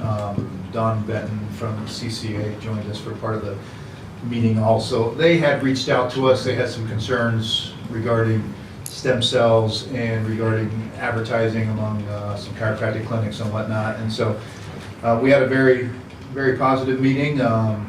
We did reassure them that we are equally concerned with misleading advertising. We looked at several advertisements. We've looked at rules and regulations. They are well aware that we are cognizant that chiropractors cannot inject into the skin in California, and we are going to be releasing a statement that is going to be collaborative among the California Orthopedic Association and our board, and I believe the CCA is going to be involved also, just to clarify any misconceptions anybody may have. So I'm very pleased with the meeting, and certainly would like to see that we continue to work collaboratively with the medical board, with other boards and other associations, as our commonalities are far greater than our differences. So thank you for everybody that was involved in that. And I have nothing further. So the next item on the agenda is the approval of the July 25th board minutes. Motion to approve? I have well, No. second. Second. I have a correction to be made on that. Go ahead. There's just some, I think, some spelling corrections on page 7. There are 1, 2, 3, 4 paragraph down that starts with Dr. Aslan, who expressed that there have been some resistance on chiropractors mandating this type of training, but reiterated his interest in, I think, should be pursuing this in an effort to educate the profession and protect the public. So the word pursuing and in an effort, adding the word to.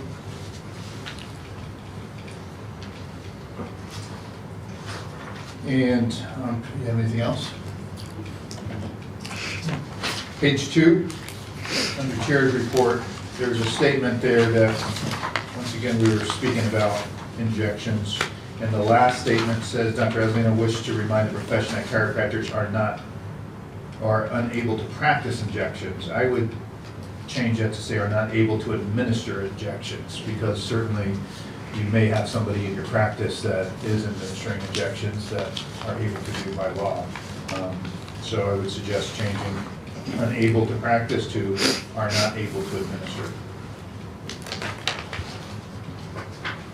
Any other?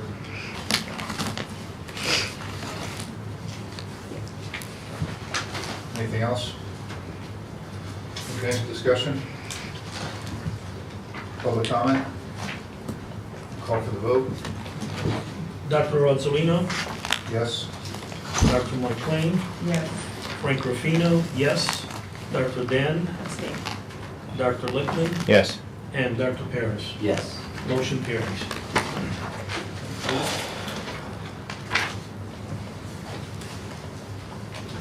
Now we're on to ratification of approved license applications. Motion to approve? Second? Discussion? Public comment? Call for the vote, please. Dr. Rozzolino, Yes? Dr. McLean, Yes. Frank Ruffino, yes. Dr. Dan, Yes. Dr. Lichtman, Yes. Dr. Paris. Yes. Motion carried. And ratification of denied license applications in which the applicants did not request a hearing. Do not believe we have- There are none. There are none. Ratification of approved continuing education providers. Motion to approve? Second? Discussion? Public comment? Call for the vote, please. Dr. Rozzolino, Yes? Dr. McLean, Yes. Frank Ruffino, yes. Dr. Dan, Yes. Dr. Lichtman. Yes. Dr. Paris. Yes. Motion carries. Thank you. Next item is the election of board officers for the year 2020. And so with this, the board will nominate individuals for consideration to serve in the board offices for chair, vice chair, and secretary. Shall we turn this over to Michael? You may. Are there any nominations? Do we start with We have a secretary? list that we're going down. Okay. We have a list under item number 12. I can call that if you wish also. And this is for nominations once So again. here It's not. so here's the process. Oh, I And see. then here's the checklist. So I believe the roll call, these are the order, but we need to start with each individual offices, right? Yes.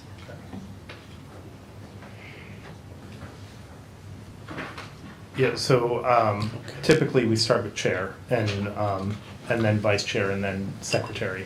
So we would, So we're proceeding with nominations today, and then the proceeding elections, with nominations. as described, will be in In January. the next in January. Just to Okay. clarify, we're starting with the chair position, but we're Right. going down this order I see. of the roll call. Are there any nominations for the position of chair? Don't you start with? so Dr. Dane, do you have any nominations? Oh, I see. Yeah, I we see. start with Dr. Dan. I see. Dr. Lichtman, Nominate Dr. Paris. I'm sorry? Dr. Paris. Okay. Dr. McLean, I nominate Dr. Azulino.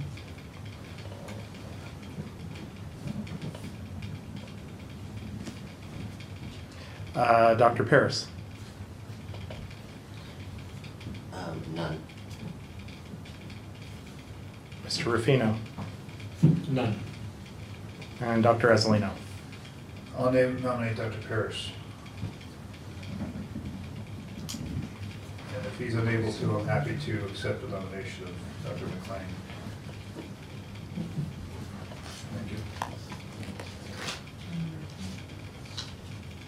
So I guess the question then is to Dr. Paris, if you accept the nominations. I accept the nominations. So that means you decline? Well, I said, well, I nominated him. I said if he's unable to, I'm happy. Yeah, but so, yeah, I don't. Because we're not voting. We're not voting, Nominations. but yeah, so I don't know They if we can have still to. both be. So you'll both be on the ballot then, or? No, I declined it. Okay. That's fine. Well, that's fine. We have enough information at the first meeting of next year, or, yeah, the first meeting of next year, we'll finish this process by casting the official votes for the board officers. We can go to the next position. Can I make a ballot for a little bit of time? Sweat. You can. You guys have to start fundraising. So. Okay, I can take this back over now, Okay. but I've been led in the right direction by our esteemed executive officer, yes. So, Dr. Dane, any nominations for the position of vice chair? No. Dr. Lichtman? No. Dr. McLean?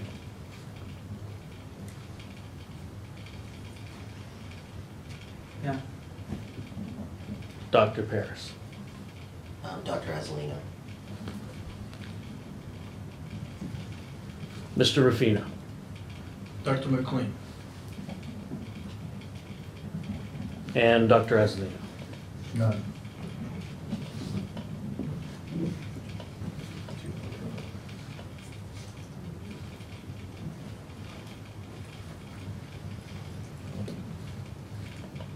Solidfied. You need to know, right? You need to have just one person on there? We don't need to, but you can decline if you want. Up to you. Sure.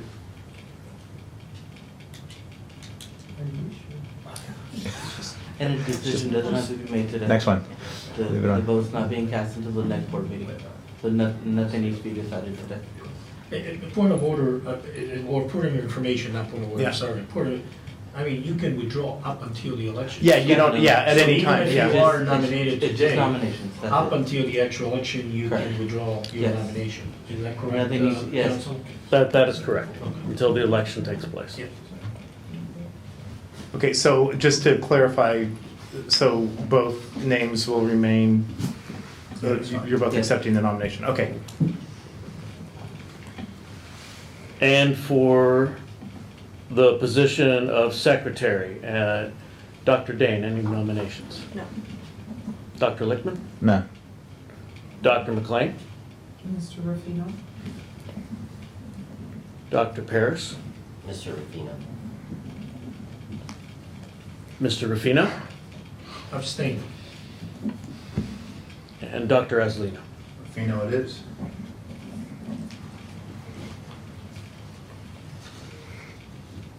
Mr. Ruffino, do you accept the nomination? Yes, I do. The several nominations. Thank you. Good choice.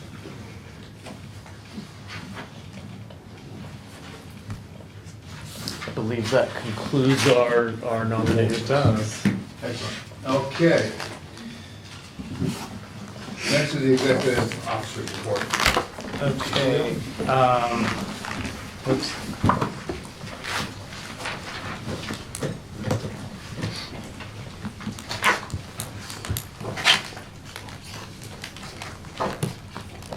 So I'll be reporting on our administrative activities, budget, licensing, enforcement, and brief IT update. So starting with admin, we currently have a vacant MST position. That was a management services technician. That was Val's prior position. She's now an analyst in our enforcement unit. So, that position hasn't been filled yet, and we're probably going to wait a little while until we fill that. So I'll keep you posted if we advertise or fill that. And we also have a vacant associate analyst position, and we've conducted interviews, and we anticipate before the January board meeting, we will have made an offer, and hopefully the person will accept, and we can fill that position. And then the enforcement unit has a staff analyst position, and like the management technician, we're leaving that vacant temporarily to try to, in light of our budget situation, and we're trying to save money. So we're leaving 2 of those positions vacant temporarily and trying to make do without them. Hopefully we'll be able to fill them sometime next year. And onto the budget, there's a fund condition in your packets.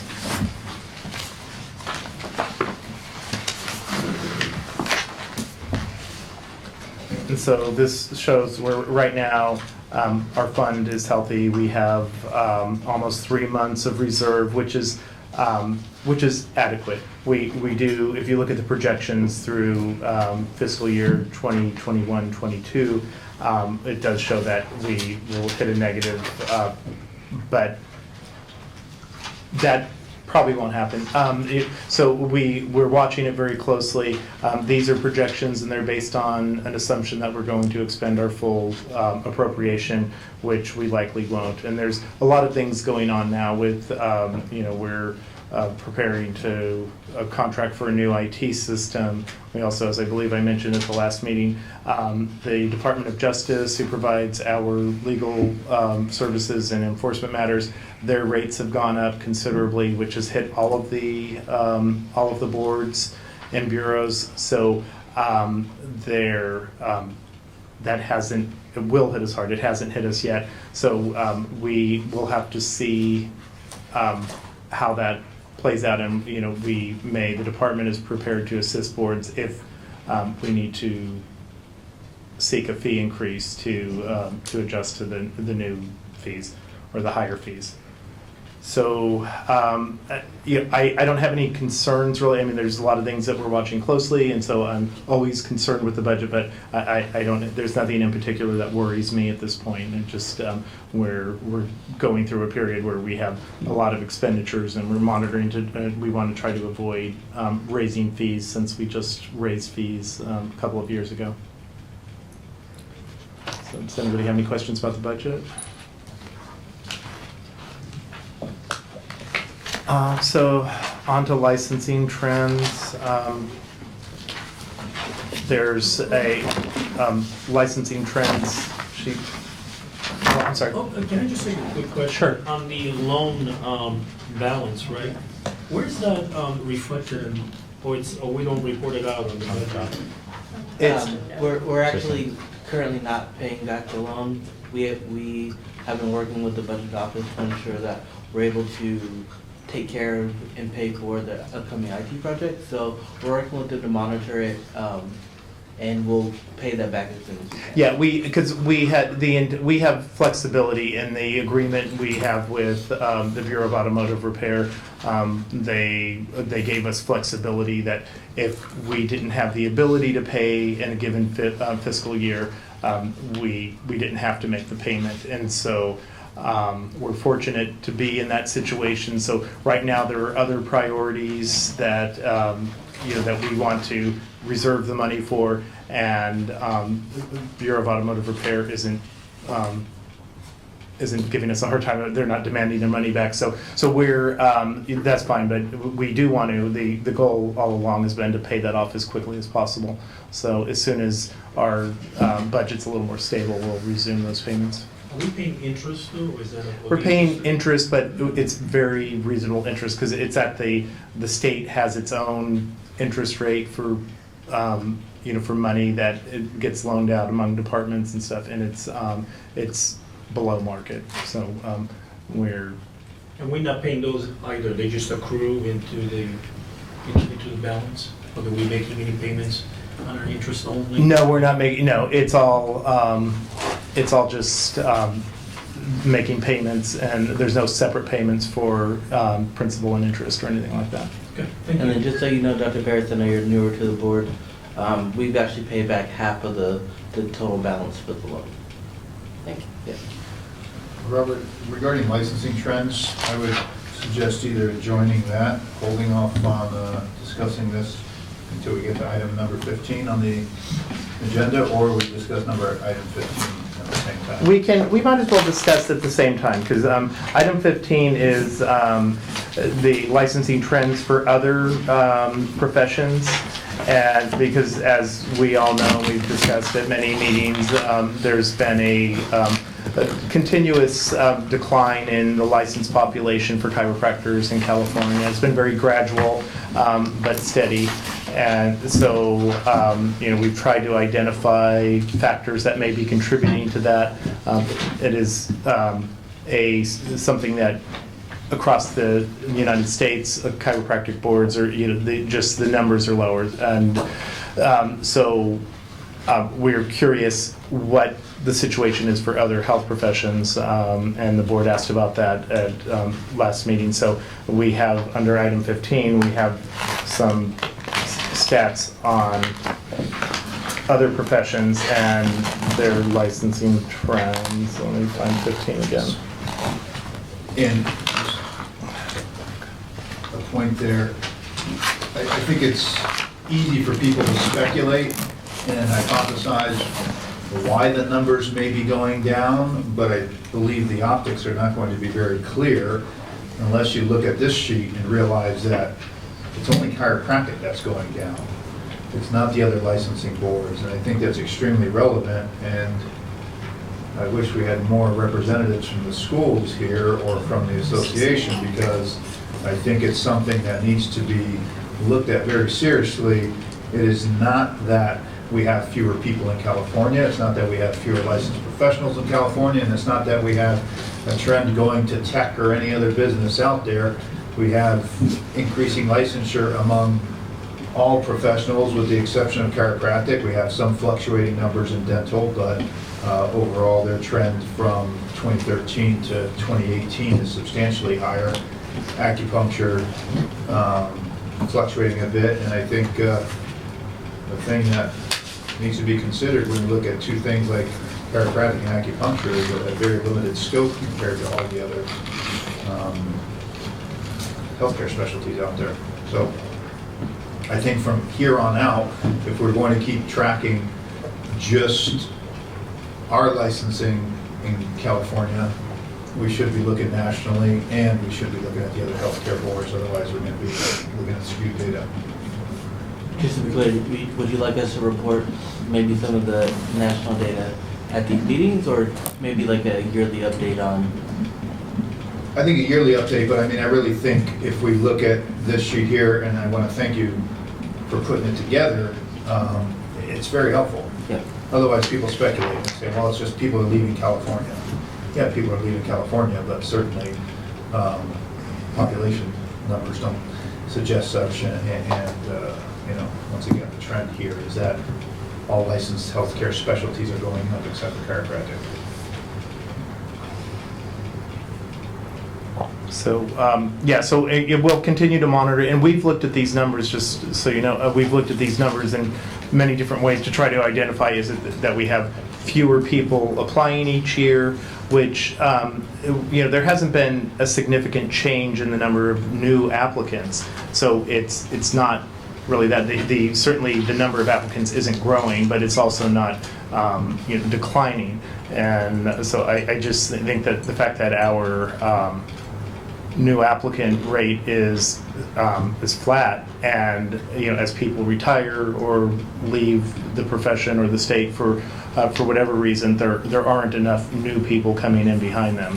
So in order to keep our numbers stable or growing, we would need to see a growth each year in the number of new applicants. So Robert, also, again, this is very helpful, thank you for that. But also, in case we don't have representation, when you make the next report, could you reach out to the schools or associations for any data or information they might have to include in case they're not going to be present? Yeah, we should be able to get from the Association of Chiropractic Colleges and/or the Council for Chiropractic Education, we should be able to get some data about the number of students enrolled in chiropractic colleges and whether that number is flat or growing or declining. So we'll have that definitely for the next board meeting. I think it's the number of students in the chiropractic college has little relevance to us, because they may come to California to go to school. No, all but schools. They may elect. Yeah. They may elect to go practice elsewhere. And I think what we need to do is look at what is the environment in California, which starts with rules and regulations, scope of practice, all these other issues that are specific to California on why our numbers are funny. Yeah. Yeah. So we'll see. But when we get the data from the schools, we would be looking at all 20 of the chiropractic colleges that are approved that we accept. And so, and we've, in previous meetings, we've looked at the chiropractic stats across the country, other states, and their numbers are declining for the most part too. And I think Florida's were increasing a little, but Sorry, you said the chiropractic colleges? no, not the chiropractic licensees across the nation. We're not the only state where the numbers are declining. So it's not a California thing where overall the numbers of people entering chiropractic aren't sufficient to replace the numbers that are leaving the profession, most likely due to retirement, and so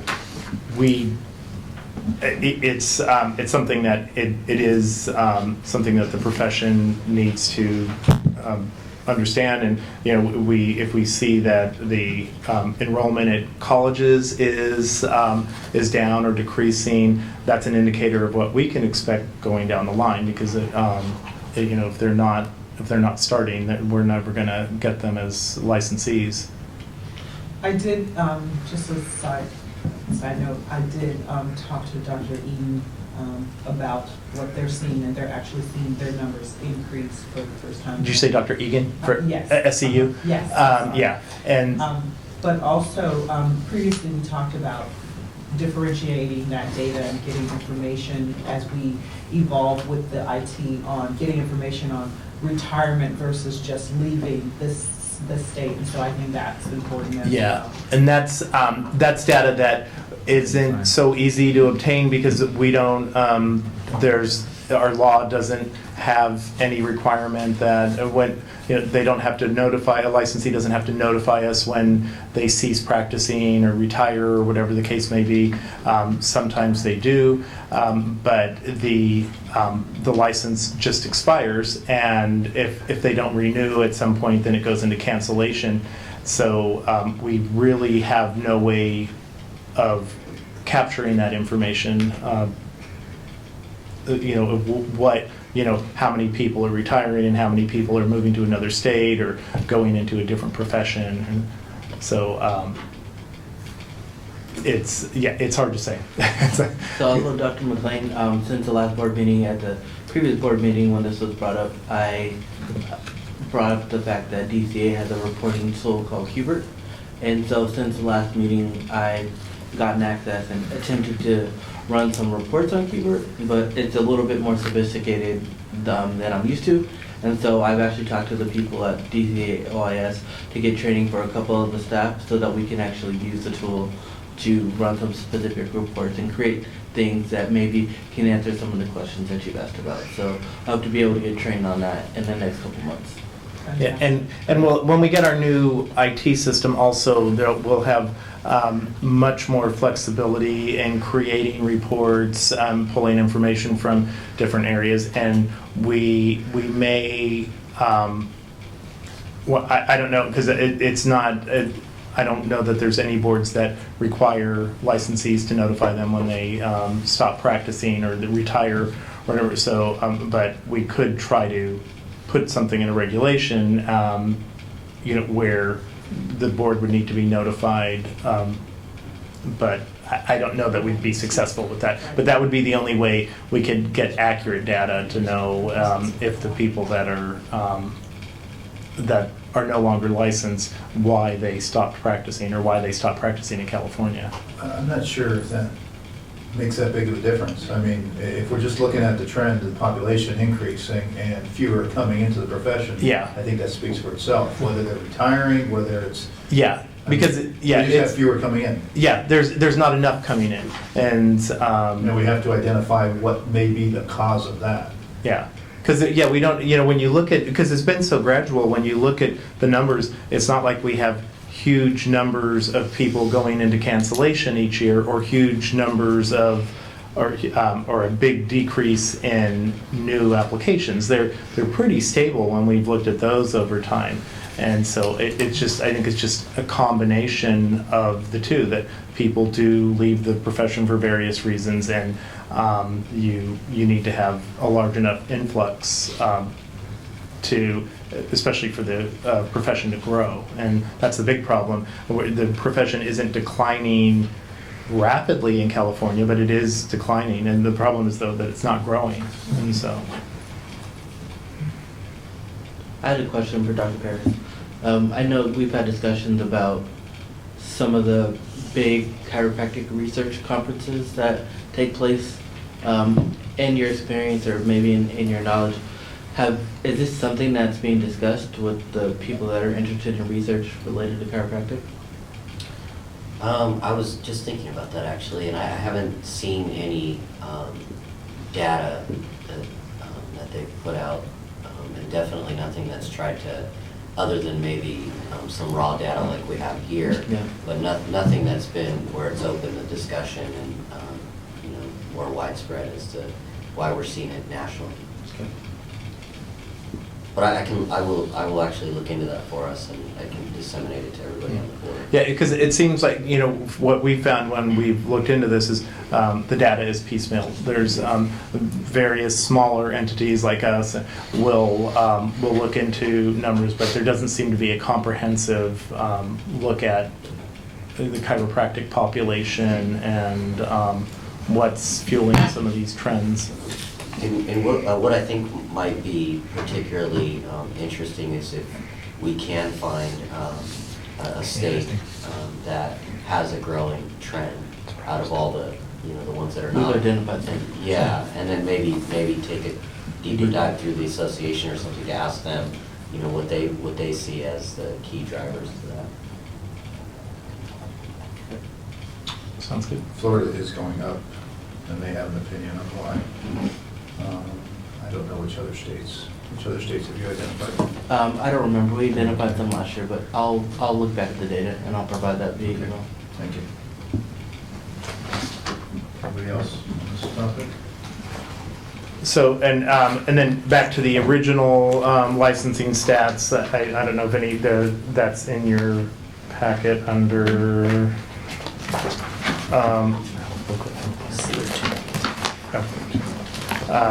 it's 13C. So this is for the current fiscal year, which began July 1. So this is just showing you our total number of licensees in July and the next 2 months, and they're going down gradually. That sometimes will change throughout the year. Sometimes we'll have a month where it spikes a little, but the trend generally for each year is that it's less than it was the year before. I did find that data. So what we identified last year was that Florida,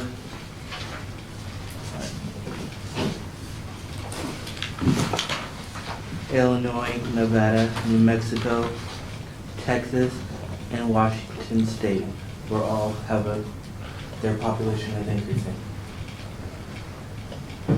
And there's really no rhyme or reason as to, besides Texas and Florida. All neighboring California, that's all. Yeah, well, Texas wouldn't apply, but some of those states like New Mexico, they have a broader scope of practice, and so that could be one reason why numbers are going up there.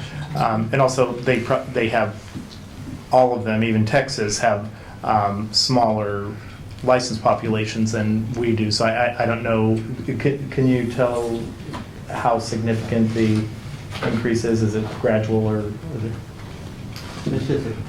It's not a lot, but less than 200 a year, but it's still going up. Yeah. So. At least as far as Florida, because that's the Florida and Texas are the main ones. My suspicion is that this is obviously multifactorial, but that some of it relates to the ability to have a small business and run the demands on a small business, and maybe some tax ratios in some of these states that are friendly. But all the other healthcare specialties have faced it. Right, yeah, sure. Yeah, I mean, one thing. The question I have is, why is it that somebody in California maybe not trying to go to naturopathic school, occupational therapy, osteopathic school, on from there, physical therapy school? We certainly know that there's been an increase in physical therapy apps because of their increased scope just recently, and they keep moving in that direction. And I would ask one thing if I can of staff, I love the data there, and if we could add physician's assistants to that too. And have PAs Certainly. in there. I think that's another important profession.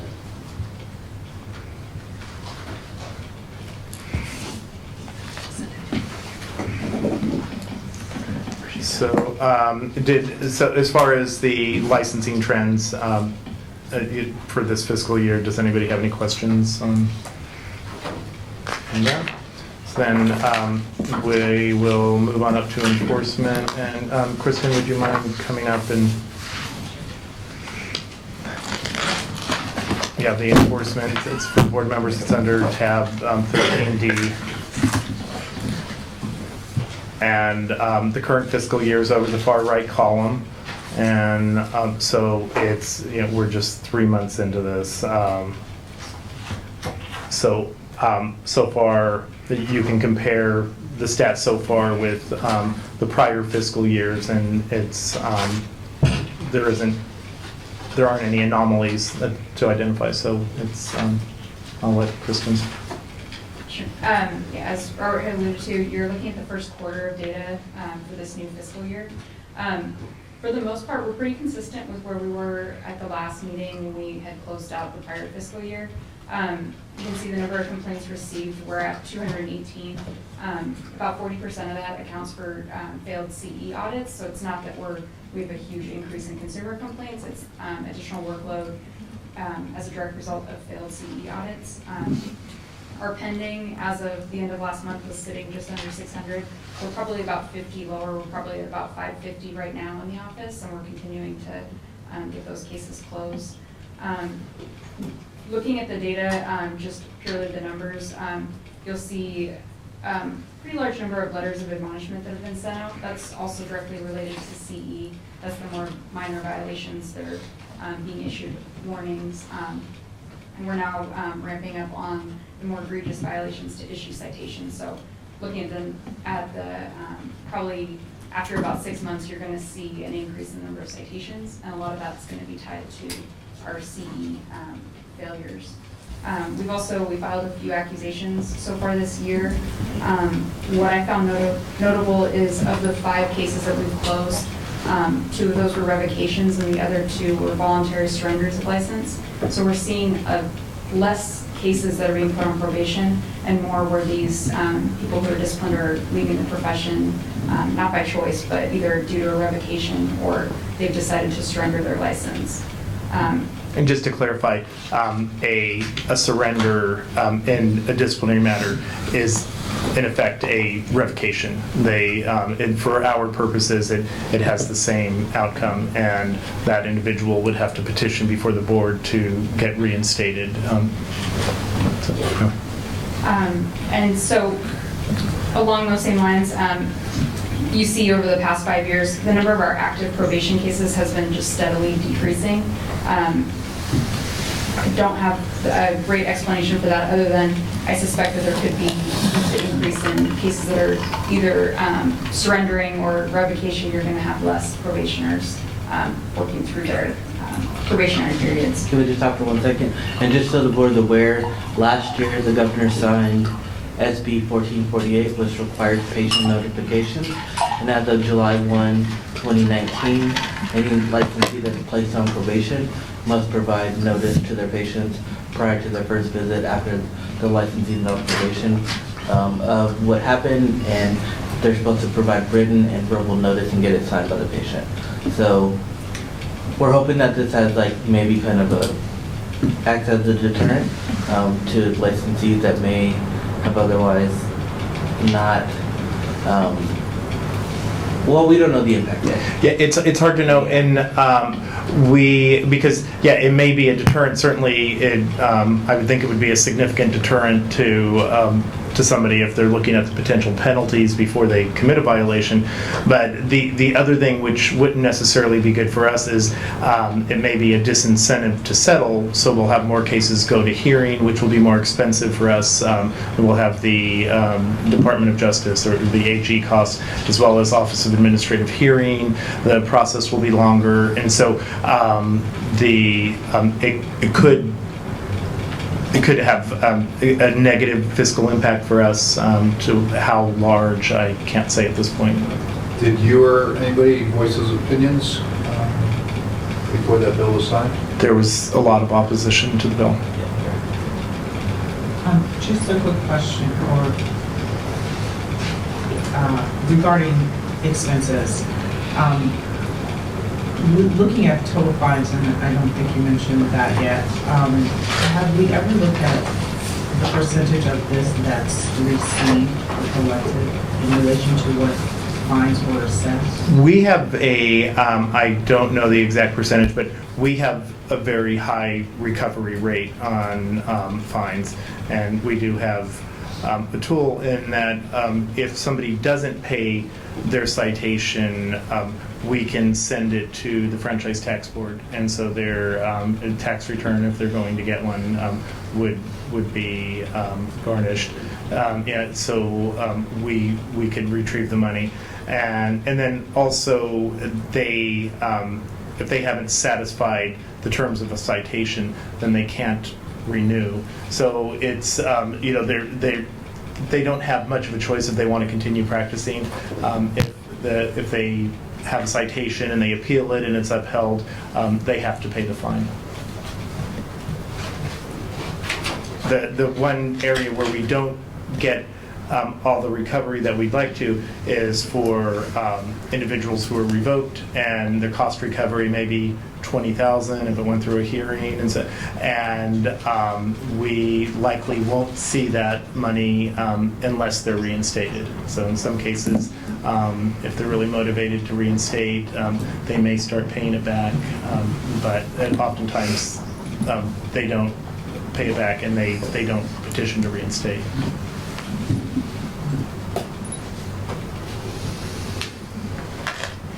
And then going further through beyond the enforcement statistics table, we put together the chart of complaints received sorted by the alleged violations. You can see, looking at the first three categories, that about 75% of our workload that we've opened this new fiscal year is directly related to either failed CE audit, general allegations of unprofessional conduct against licensees, or opened as a result of an arrest or conviction notification that we received. Do you have some long-term data on that, Kristen, on the failed CE audits? It seems to me, just in my time here on the board, that we're having a greater problem with that now. Is that because we're doing a better job of auditing, or is it pretty consistent? Yes. It's a huge workload because the process isn't automated yet, and it'll probably be a couple of years before we're able to get that automated. So doing the CE audits is a significant workload for the licensing staff. And I'm a little perplexed on that because I've been on the American Chiropractic Technology Board for some time now. People just have to submit their CE credits, scan them right in, along with their payment. So why is that so difficult to automate? That because we don't have that technological ability. So we're just not able to, and not for lack of wanting or. No, I know it's not wanting. It's just, I mean. But yet it just, so that will be part of the new, our legacy system that we're currently still in isn't able to perform those functions, and we're not able to automate those things, and so until we get the new system, we won't be able to start automating the CE process, and so we have to, licensees don't submit their CE proof, their certificates with their renewal, because that would just be too much of a volume of stuff coming in with every renewal having this, so we randomly audit. And when we do that, we have to send them a letter, they have to send in their certificates, and then if there's, so it's a big process. And hopefully in a few years, what we'll have is that the information will be submitted by the CE providers. And so our system will already reflect whether they've, how much CE they've completed. And if they take anything that isn't with one of our approved providers, they can upload their certificate and submit it. So all of that will be in the system, and an automated renewal system will allow us to, if the system shows that they haven't complied with CE for that year, they won't be able to renew. It won't accept their process. So it will get there much later than I would have liked, but eventually I would hope that we'll have 100% compliance. Oh, it's a huge priority, and it's just one of those things that we haven't had the ability to do because we don't have control over much of our technology. That's it's state government. There's you have the Department of Technology, and so there's it's embarrassing for California to not be there yet. And many of the board, some of the boards that were part of the department's Breeze system, which was rolled out a couple of years ago, and we were in phase 3 that didn't get rolled out. So some of the boards that were rolled into Breeze, they already have some of this technology, but we are still in the process of contracting for a new IT system. So. It would be nice to have cost analysis on what it's costing us just to manage such a big problem that I think could be rectified for Oh yeah, the workload it's huge. It's a big impact on our program to not be able to automate many of these things. And we want to right now. We're not yet able to automate the application process for a new applicant to apply for a license. So everything's done paper. Down the line, they'll be able to submit an online application. They'll be able to submit their documentation electronically, or we'll be able to have the colleges and so on submit the information to us electronically. So it'll significantly cut the workload and the paper coming into the office, because mail is a huge issue. We get on Mondays, it takes somebody sometimes all day just to open the mail and sort it and get it. So this will, when we get automated, it'll significantly cut down on the mail. And there's so many things that are impacted by this. State is an embarrassment for California. I think our new governor realizes that, and he seems to have appointed a lot of people that have technology credentials. DMV is an example. So, anything else for enforcement? That's about it. There's also a table in the packet with accusations filed. It's not going to provide the most meaningful data because it only reflects 3 actions: one related to patient care, one related to a conviction, and a probation violation. Thank you.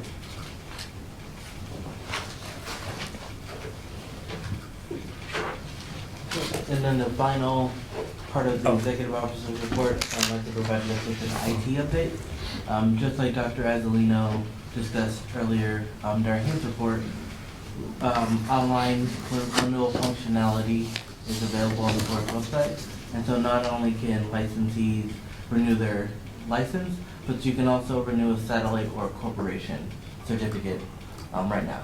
So that's cool. As far as like the impact on us administratively, a lot of some of the clerical staff, they do a lot of manual work related to processing of the license, the satellites, and corporations. And so we're hoping, as we get the word out and inform the licensees of this functionality, we hope that many people are able to switch over and process these electronically.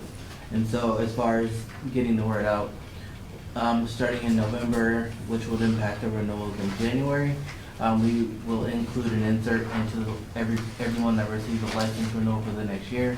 They're going to have an insert to remind them and inform them that this functionality is available. So we hope that we have a pretty good adoption rate.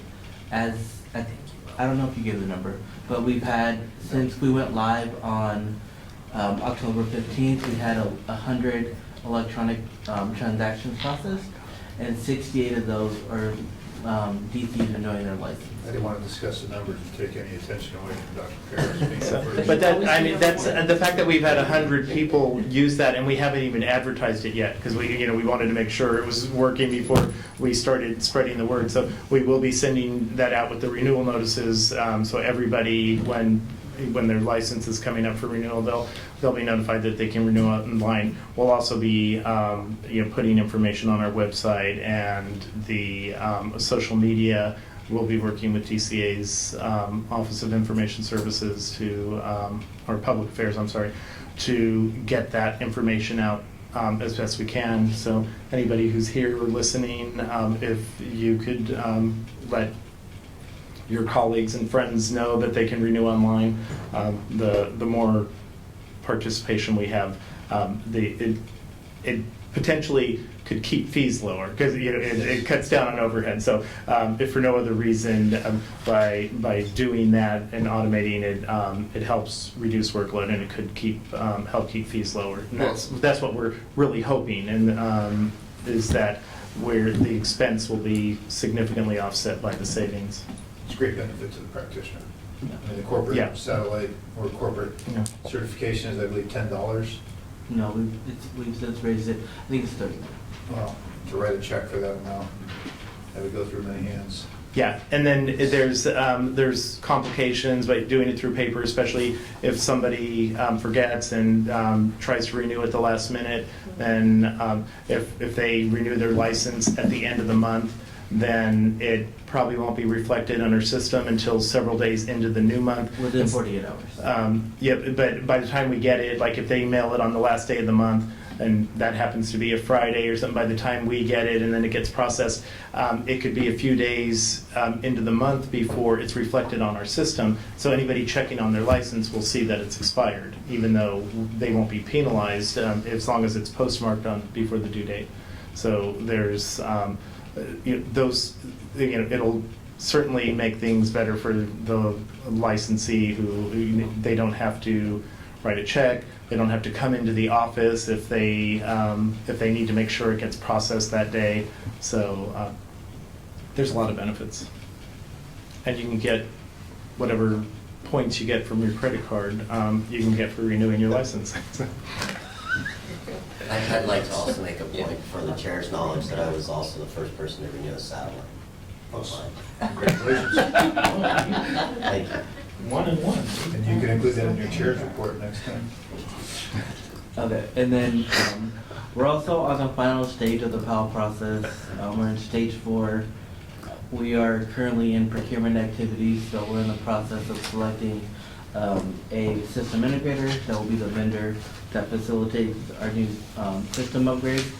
And then we're targeting a start date for that project of January 10th, 2020. And for those of you who don't already know, PAL is Project Approval Lifecycle, which is a very extensive process that all state agencies now must go through in order to get approval to purchase a new IT system, because California has historically made some really bad purchases that have gotten into the news and have been embarrassing. So the legislature finally put a process in place, and it's time consuming and it's a lot of work, but it's, at least we know that there's a lot of attention to what's being done and how the process is being conducted. So it greatly eliminates the chance that we'll have problems with our system once we get it. And I know we talked about this project, and it seems like we've been talking about it forever. But once we start the project, it's actually the way that it's contracted. It's on an 18-month, first phase completion, and so most of the functionality that we want will be completed in that 18-month period. So if we start in January, that 18 months later, we'll have that complete first phase system set up. And so as long as it's taking to get here, once you start, it's going to go by really quickly. So that'll be great for the administration of this program. And most of us will be on board by then. But you'll still be able to renew online.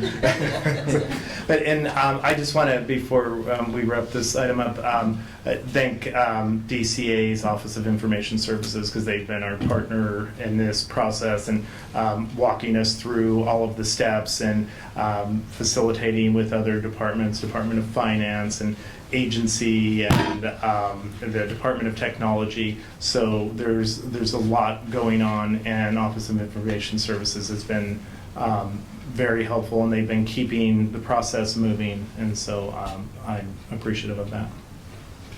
Thank you. Thank you, Mark.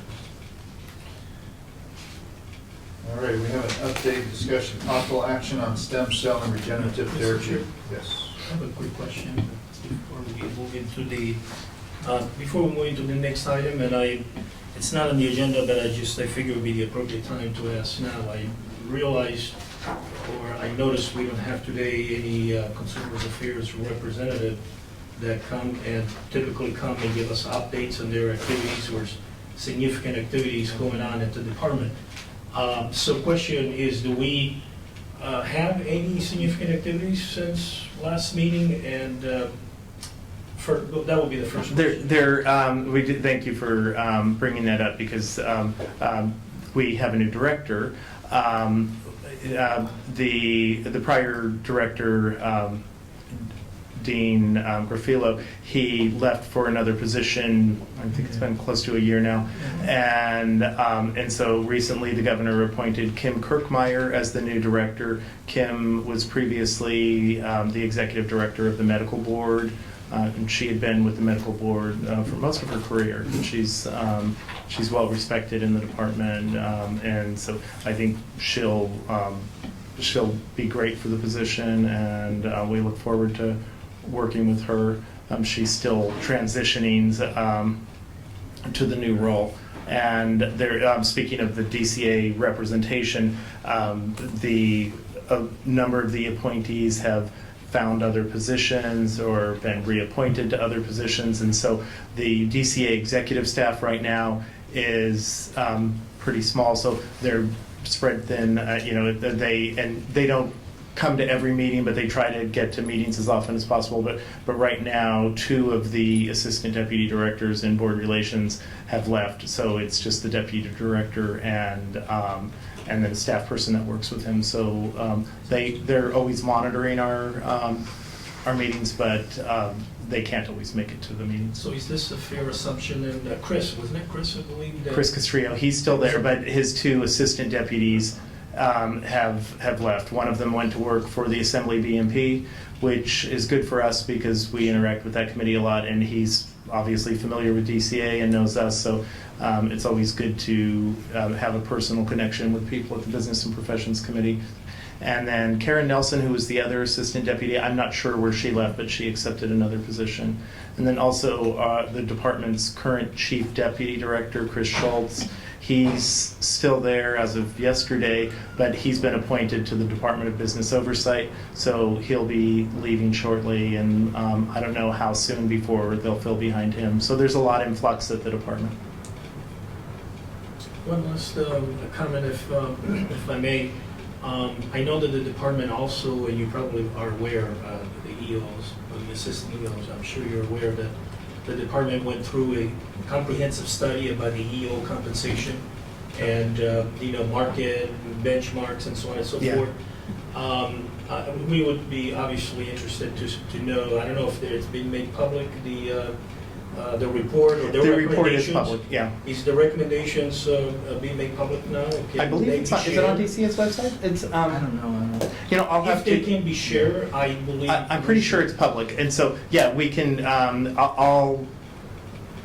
Assuming it's public, I'll send a copy to all of the board members. Perfect, excellent. That's what I was getting at. Okay. Thank you for looking into that. Oh, you're welcome. And then with Kim Kirkmeyer's new position, the vacancy was filled at the medical board by Christine Lally, correct? No, Christine Lally is the assistant executive director at the medical board, and so she likely will be put in the interim executive director position until they've had a chance to do their search for a new executive officer, and Christine, I don't know if she will be applying, but if she does apply, then she would be part of that candidate pool and may be selected for the position. But that'll probably take 6 months to a year before they're able to appoint a new executive director. That process takes a while. Thank you. One Go last ahead. little comment, Mr. Chair, if I may, and I don't know whether it's appropriate or not, but I think it would be nice, on behalf of the Board of Chiropractic, the chair will send a little congratulatory note to the new DCA director on her appointment. I think the chair should send her flowers. And, well, that's, we can certainly negotiate even more than just a letter. But I think, and just let her know, that we will love to be part of of the solution with the upcoming issues, and we look forward to meeting her, or even inviting her at some point to one of our board meetings. Oh yeah, I'm sure she'd like to, especially if we're, the next board meeting we have in Sacramento, she might be able to make it. And she's, Kim is very easy to work with. She's, she and Dr. Azzolino has had an opportunity to meet her several years back when we met with her and their board chair. And she's always positive and always willing to help. So I'm optimistic that she'll be good for the department and for the boards. Good idea. Thank you. Thank you. Okay, any other issues before we move on to the next item? So we're to discuss an update, possible action on stem cell and regenerative therapy task force meeting by the medical board. Yeah, and we, Marcus and Kristen and I attended this task force meeting. We provided all the materials for the board members' reference, but it wasn't, they didn't discuss any like legal changes or policy changes, or this was a purely informative meeting, and they had various experts in this arena testify and provide information about stem cell. And there's obviously there's a lot of interest in stem cell, and there's a lot of promise, and great things are happening, but some people don't know enough and probably shouldn't be providing stem cell services. And so there were some there was some overtone of caution, like just make sure you know what the laws are and what stem cell, because there's a lot of different jurisdiction. FDA approves the stem cells, and they, unless you're participating in a clinical trial or so, you shouldn't be using unapproved stem cells, and but apparently some people are. So there is a new law related to that. That any health provider who is administering stem cells needs to provide informed consent in writing and verbal to the patient, and so they're trying to make sure that the patient gets informed and knows, because patients in a lot of cases are hearing about stem cells and know there's a lot of potential benefit, but they won't necessarily know the details of it, and what they need to watch out for. So there is starting to be a focus on making sure the information gets out there, and the use of stem cells is better regulated. And just a little small part about that, the law is actually BMP 684, or Business and Professions Code 684, and then it also provides licensing boards the authority to issue a fine or a citation of up to $1,000 for violating this requirement to notify patients of their use of stem cell. Unapproved stem cells. Yeah. Do you have any questions regarding the meeting or any of the content that was discussed? No, I read through everything. Thank you. That was very helpful. Yeah, Dr. Grace? It was mentioned earlier where there was a combined statement that was going to go out. Was that part of? Was that part of this? No, that was separate. That was with the Orthopedic Association, and they wanted. They had asked that we put something together that could go out to licensees, just to let them know the laws related to stem cell and healthcare providers' offices, and so people don't inadvertently violate the laws. And I subsequently had a lengthy discussion with the executive director of the Orthopedic Association, and there are challenges to sending out a statement related to that, especially specifically to our licensees, because there are so many different laws and jurisdictions, and they don't all pertain to chiropractors. And the fact is, a very small percentage of our licensees are actually providing stem cells or working in an office where stem cells are provided. So I'm not sure that we will be sending out a statement at this point. I see. Okay. Our greatest concern in that regard was just to make sure chiropractors are not falling prey or making, outlandish promises in their advertising of stem cells. We're not here to discuss the efficacy or the utility of the stem cells. It's just to be very clear what our scope is and what it's not. Twofold, what's happening is that some doctors are going to chiropractic offices, or companies are going to chiropractic offices, renting space from an office and providing stem cell injections.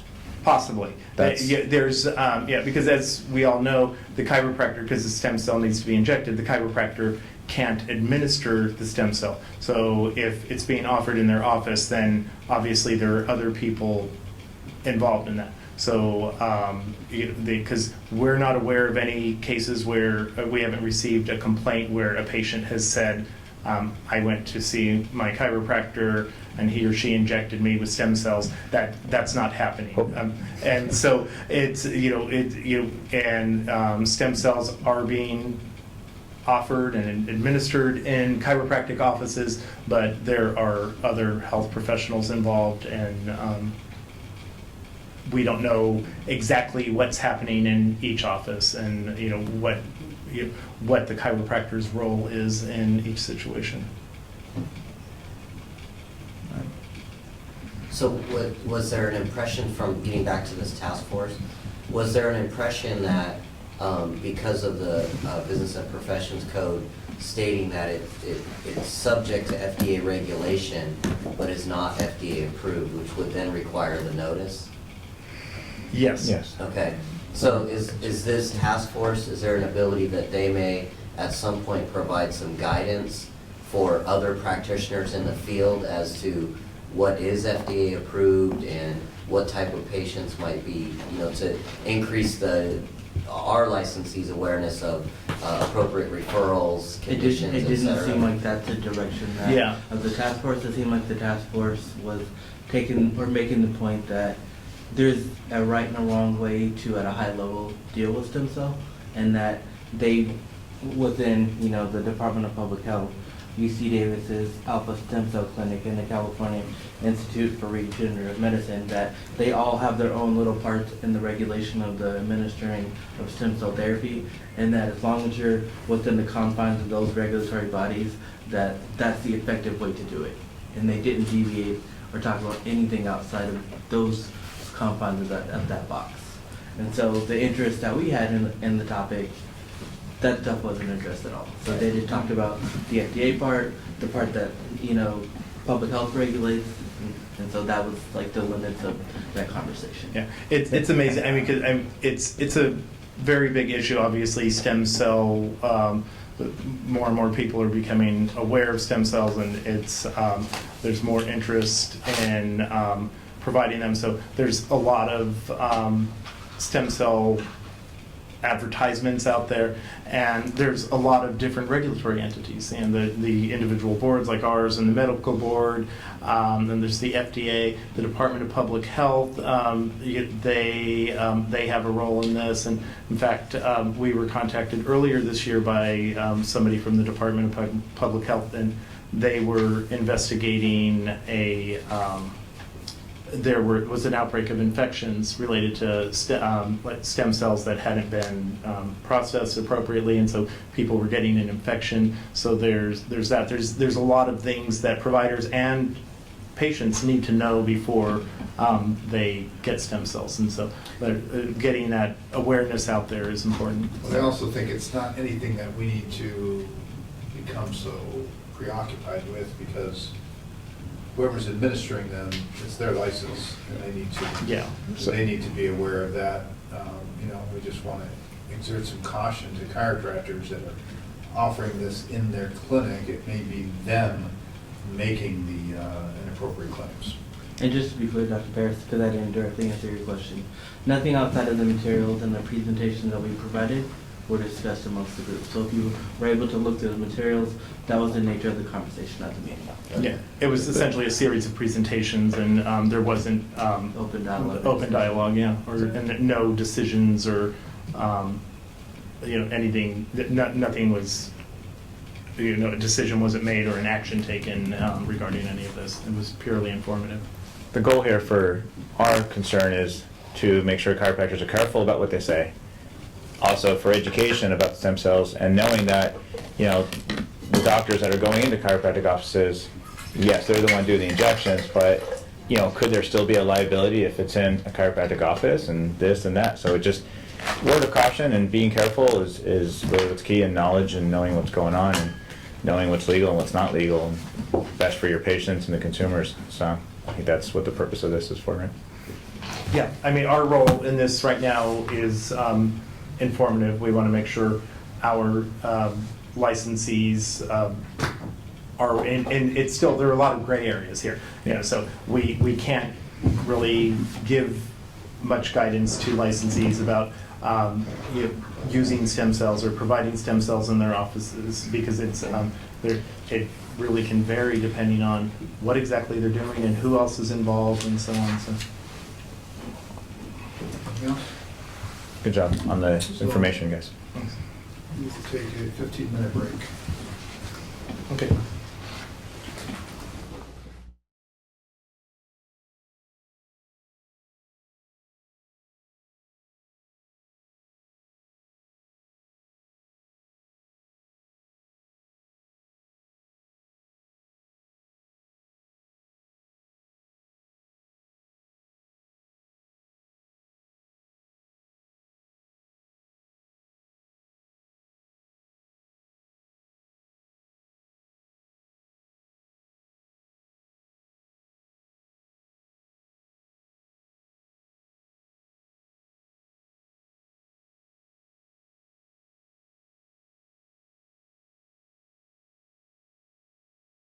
We're back on the record here. Next item, we're at item number 16, the update, review, discussion, and possible action of the licensing and committee.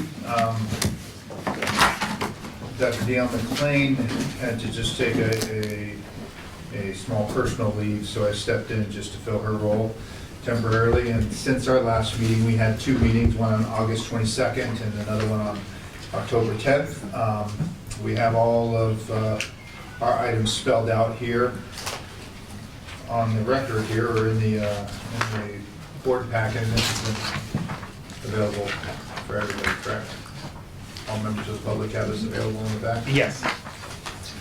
Just to highlight a couple things, some things we discussed on our first meeting was just potentially removing the criminal background requirements for CE provider applications and the corresponding language. Additionally, on October 10th, we looked at some policy issues surrounding the proposed coursework content and the competencies and meta-competency framework, and reviewed sample CE applications, instructor attestation forms, and the post-course evaluation forms. We also suggested additional content be included on the instructor attestation and the post-course evaluation forms. So the committee continues to be very productive in just trying to make all of the continuing ed requirements and regulations more contemporary for the protection of the public, and to just ensure that we have the best available providers out there. Anybody else in the committee like to add anything further? Dr. Dane or Dr. Paris?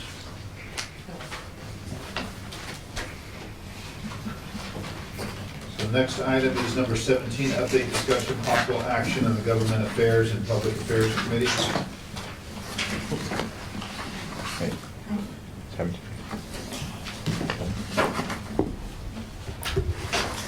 Hello. Hello. So the the Government and Public Affairs Committee met on August 27th and we discussed several bills. I'll start off with AB 5. AB 5, authored by Assemblywoman Teresa Gonzalez, has been signed by our governor and it will take effect on January 1st, 2020. AB 5 codifies a decision of a 2018 California Supreme Court case known as Dynamax. The Dynamax ruling presumes a worker is an employee unless a hiring entity has the ability to satisfy a 3-factor code test, which is known as the ABC test, to lawfully classify a worker as an independent contractor. The ABC test, what it does is it stipulates criteria to make that determination. So it assumes that a worker is an employee, and so unless the employee has to be free from the control and direction of the hiring entity. Secondly, the employee performs essential work that's for the business. And thirdly, the employee does not have an independently established trade or occupation of the same nature, of providing work of the same nature for the services that are being provided for the hiring entity. AB 5 exempts certain industries and occupations from the ABC test. A few of them, just to name a few, medical doctors, psychologists, dentists are just a few of the examples. And the ABC test reverts those professions back to the Borrello test, which has been established for about 30 years. And that test is basically, it provides basis for the classification of workers as independent contractors. So AB 5 does not really have an impact on the board because we do not have jurisdiction over general business practices, and we cannot discipline licensees for violations of employment law.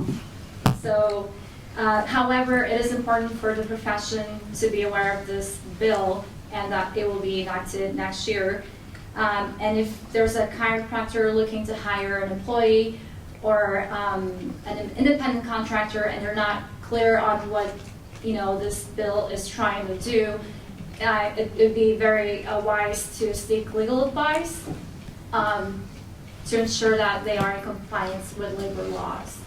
Thank you, Andrea. Mm-hmm. This is a problem, a big problem for us.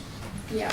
Do we have any idea, and I wish somebody from the CCA was here, do we have any idea why someone did not reach out to the author on this to see if chiropractors could be listed in here with the physicians, surgeons, dentists, podiatrists, psychologists, veterinarians, registered securities? I mean, is there a reason why? From what I understand, I spoke with Dawn Benton recently, and I understand that she had pushed for, she had some kind of connection with other healthcare professions that were pushing against this bill. Unfortunately, they were not successful, and this bill still went through. But that's what I know so far. The board itself, we don't have jurisdiction over this problem. Yeah, it's something that the of huge interest to the profession, and because it involves their potential situation if they're working for or in the office of somebody else, or if they have a practice and they hire people or contract with people. So it's there are implications for the profession, and I'm not clear why our profession wasn't looking at the impact to the not licensees, but impact to chiropractors and advocating for the chiropractor in this. So I can tell you I've consulted many attorneys at the highest level in California and can't get them to agree. Which is why we have judges. You mean you agree on how to interpret The this? interpretation? To agree on whether a chiropractor is exempt or not. If we continue to, for some, maybe a benevolent, maybe a pathologic reason, try to distinguish ourselves as so separate from physicians and surgeons and dentists and want to be in our own little corner, we keep getting ourselves in these little, rabbit holes by ourselves. And people are not willing to give a clear opinion because where does the chiropractor lie? Should we be better off with the hairdresser or should we be better off side by side with the physician? Yeah, I would think that this would have been an across-the-board thing for all health professions because of the corporate laws that and interdisciplinary practices and so on. It would make sense to have an exemption for licensed health professionals, but those professions that are specifically named in the bill, they must have individually contacted the author's office and taken positions and let them know that what their concerns were so that they were exempted. That's so what they're, because there wasn't, I was looking through committee analyses, I didn't see any discussion on why exactly they're exempt, so it must have been just discussions and letters that were sent to the Sure. author and the committees. Because most chiropractors are functioning as independent contractors, and this raises significant question on whether, on the legality of that. It shouldn't have huge ramifications, certainly not, under the jurisdiction of the board, but nonetheless, being on the board, we're fostering a lot of questions about this. From your conversation with Ms. Benton from the State Association, were they part of a group that was in just opposition, or were they taking an opposed unless amended? It was very brief, and I don't recall exactly what the details were, but it was a coalition type of thing where there were other healthcare professions involved. I don't recall all of them. There was a lot of outright opposition to the bill among all the professions. I'm not aware of, and I may be wrong, but I'm not aware of CCA taking an independent position, either an opposed or an opposed unless amended. So I don't know if they spoke with staff in the author's office or if there were any direct efforts to influence this. Yes? So just quickly, some profession were able to be exempt because there are lobbying efforts. Well, I don't know, but it probably, That's what yeah. I'm saying, but like, I think like it's been said though, although, we certainly understand the impact and the level, the optics, because people don't differentiate between the trade association, in this case, CCA and the board. But really the board is not in a position, it is not within our jurisdiction to take a position on this particular bill.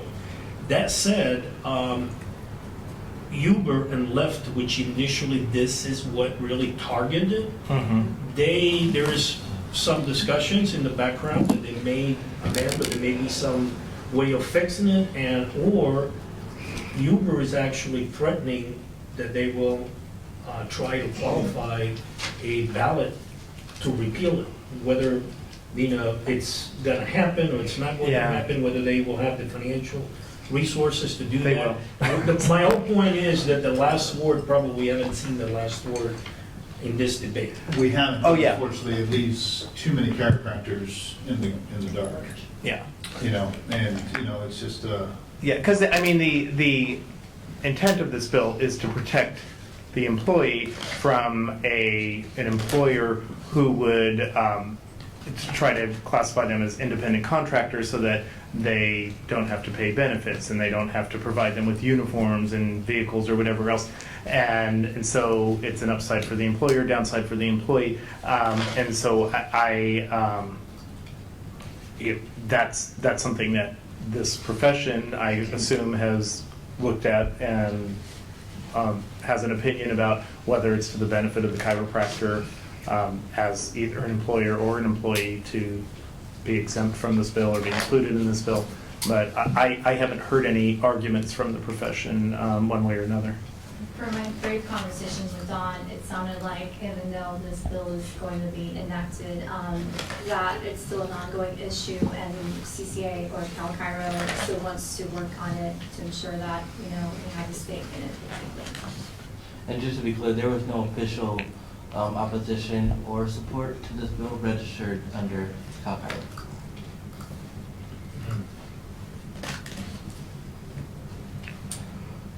My frustration more stems around why not play like all the other healthcare providers?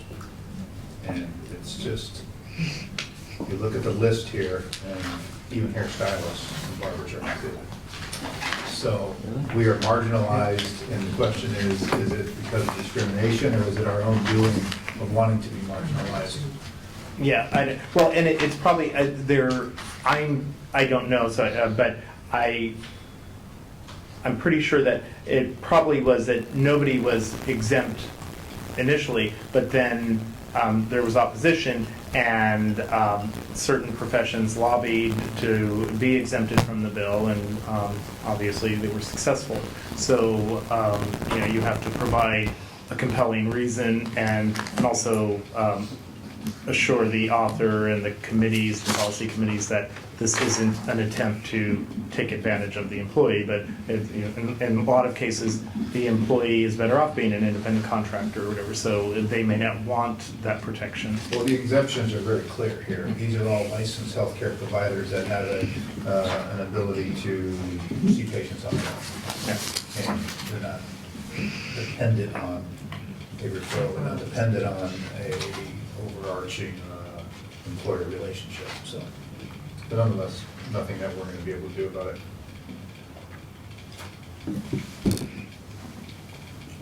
Thank you. So the following bill that was discussed was AB 1076, authored by Assemblymember Ting, and it has also been approved by our governor and will go into effect January 1st of 2021. AB 1076 requires the Department of Justice to automate the process to seal arrest records and expunge convictions by proactively identifying individuals who are eligible for relief.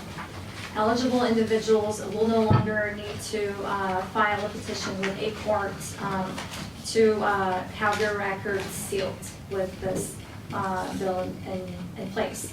It's putting the responsibility on Department of Justice, and which is a huge workload for them, which is probably part of the reason why their fees went up, because this is going to be a tremendous workload for Department of Justice. And so what this will probably result in some things that we might have been made aware of previously. Now, pursuant to this bill, we may not, but they were things that the person could have requested be expunged, or but didn't. Now it'll automatically happen whether they do or not. So I don't see this having a huge impact on us, this bill.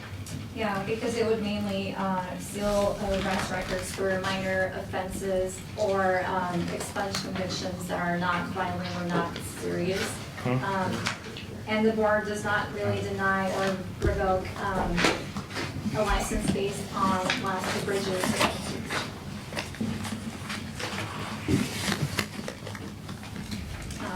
So that's that for AB 1076.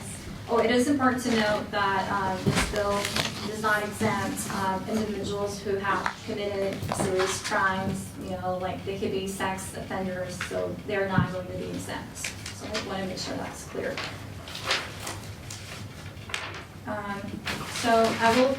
We also discussed SB 425, which was addressed at our previous board meeting, authored by Senator Hill, and this bill has been also signed by our governor, and it will take effect on January 1st of 2020.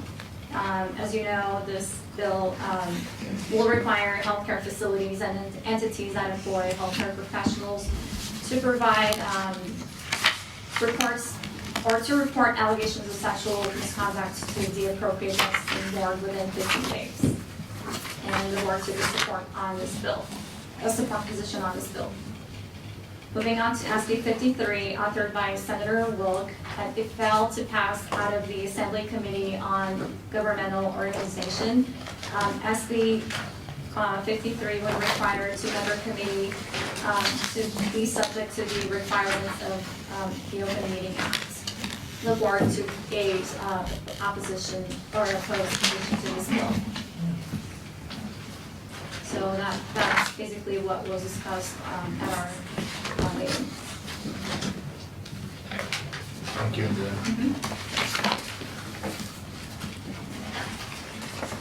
Any questions for Andrea? The next agenda item is the one for regulations, so we would like to address that now. Is there, do you want to ask for public comment on? Public comment on any of the bills?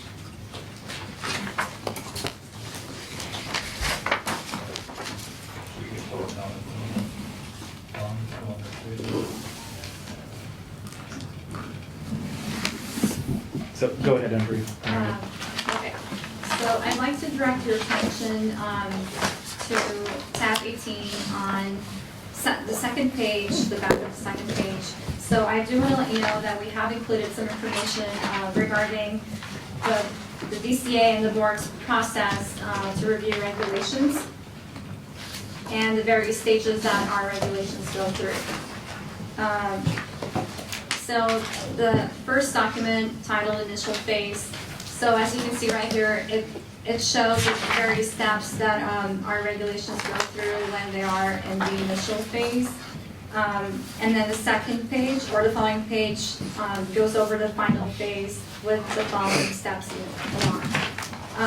I do want to let you know that currently all of our regulations are in the initial phase of the review process, which consists of 13 steps.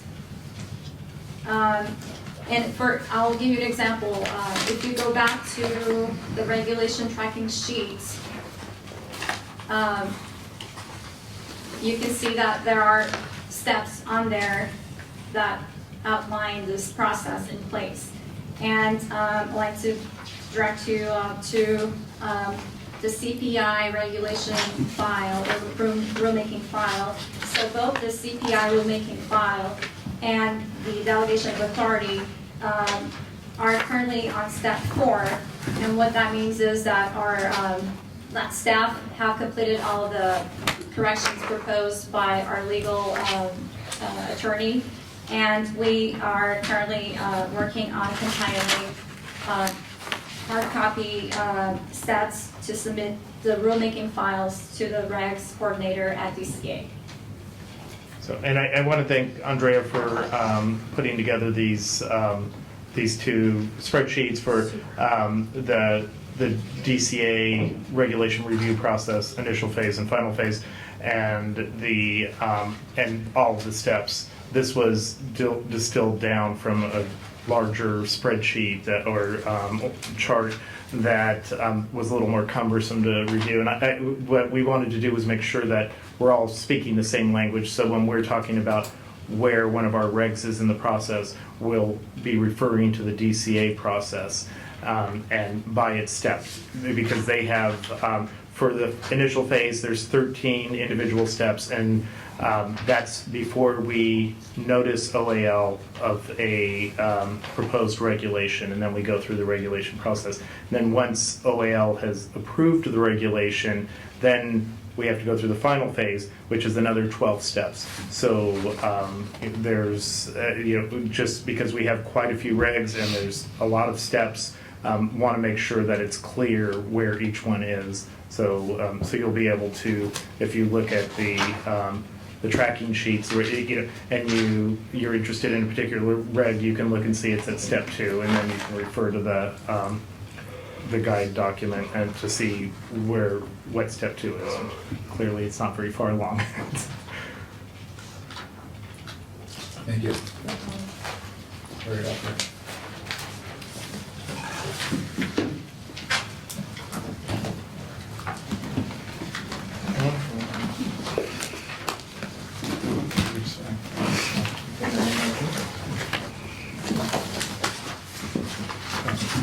Okay. So agenda item number 19 is the 2020, proposed 2020 board schedule. Our favorite time.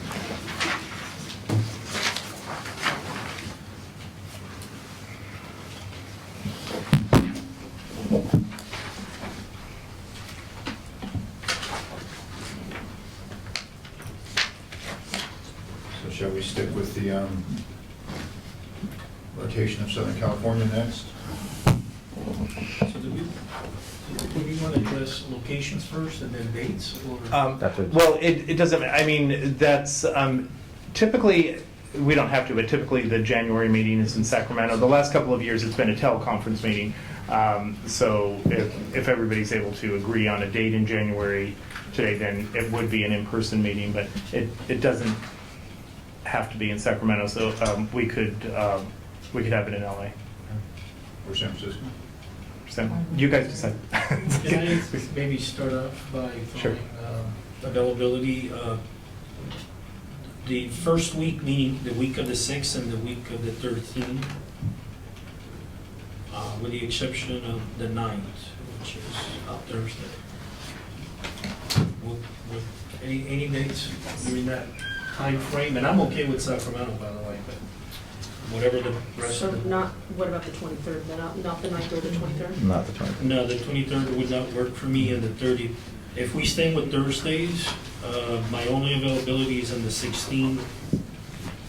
I propose we go with the 16th of January, April, and July, since the Thursdays all fall on the 16th, and then October would be the 15th. So hang on, January 16, and then what? January 16, April 16, and July 16 are all Thursdays. So, I mean, it's unlikely that those will all work for everybody, Actually- but that would be, those were all, like perfectly spaced Actually, all three quarterly. work for me, believe it or not. Okay, it's done. Now we just have to decide on October. For That those does. of us with kids, let's take a look at the spring break there. Yeah. That is right around spring break, so.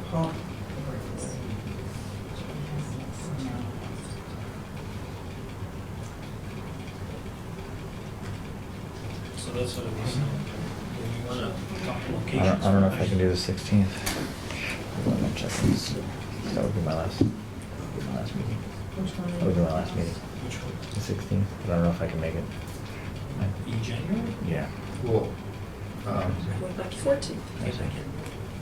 What? did you say his term ends? In February, so And the grace period started in his- February? No, his grace period Started last ends year. in February. So his last board meeting will be January. So one last decision you need to make. That's, I think I can do all of those. I took over someone else and then 1 year. Of what, of January? Yes, I can do the 14th. No, I can't do the 16th. Okay. Say the 9th? Corey, he can't. I Corey cannot- can't And do don't the- anybody propose Valentine's Day. That's. I mean, if we absolutely, I'm driving if I'm the only one for the 9th, if I'm the only one with the 9th, I No. can change the 9th. I can rearrange my schedule for that. 7th? I can do the 7th. Sorry, I've got 3 different schools. Yeah, I'm trying to do 2 different schools too. Well, the 9th works, if it works for everybody I got else, 3 kids I'll and a change it. partridge The in a pear tree. 16th was out then, did that? I don't- not? The 16th out. I have to leave somewhere 16th that night, No, 16 is good Yeah, for me. good That's for me. That's optimal. It's not good for Corey. but I just have to leave somewhere that night. So leave after the board meeting. I fly back down and then drive 5 hours. All right, we'll come to San Diego. Hold on. Let me message my boss. Hold on. 16, doesn't work for you? Oh, yeah, works for me, beautiful. 16. All right, I can be. And Dr. Paris works for me. I think they all work for We me, don't all care three about of them. Sergio, eh? All right, I'm okay on the 16th. No, I was gonna say, I'll just- if Beyond says, That says the if 16th. Beyond says 16, I'll just drive to Vegas at midnight. My son has a soccer tournament that's next day in Vegas. What time? What about For Friday, he has games on Friday, so we have to drive up then. Probably. Yeah, April 16th does not work for me. April But, does not. What about January? Why don't we start with January? yeah, I just want to put What that about out there. January? Wait, what about January? Huh? Well, he said April. Yeah. I think we should too. I'm just saying, he's just, he was No, checking when? for The first of November. Okay. When he comes. Okay, I April know you're 16th off, works but I for you, didn't know December that. 9th. April 16th works for me too. Are we on April or are we on January? April. April, Dr. Ferris, So April wait, 16th? what do we decide for January? I can do that. Where we- I'm sorry, As far as my I- mistake, I'm talking about January. Because you said Okay. April 16th wouldn't. Yeah, so January 16th does work for me. Does work for you? Well, then bingo. Wait. We didn't Dr. do McLean, does it work for you? Hold on. Sounds like a yes to me. Yes.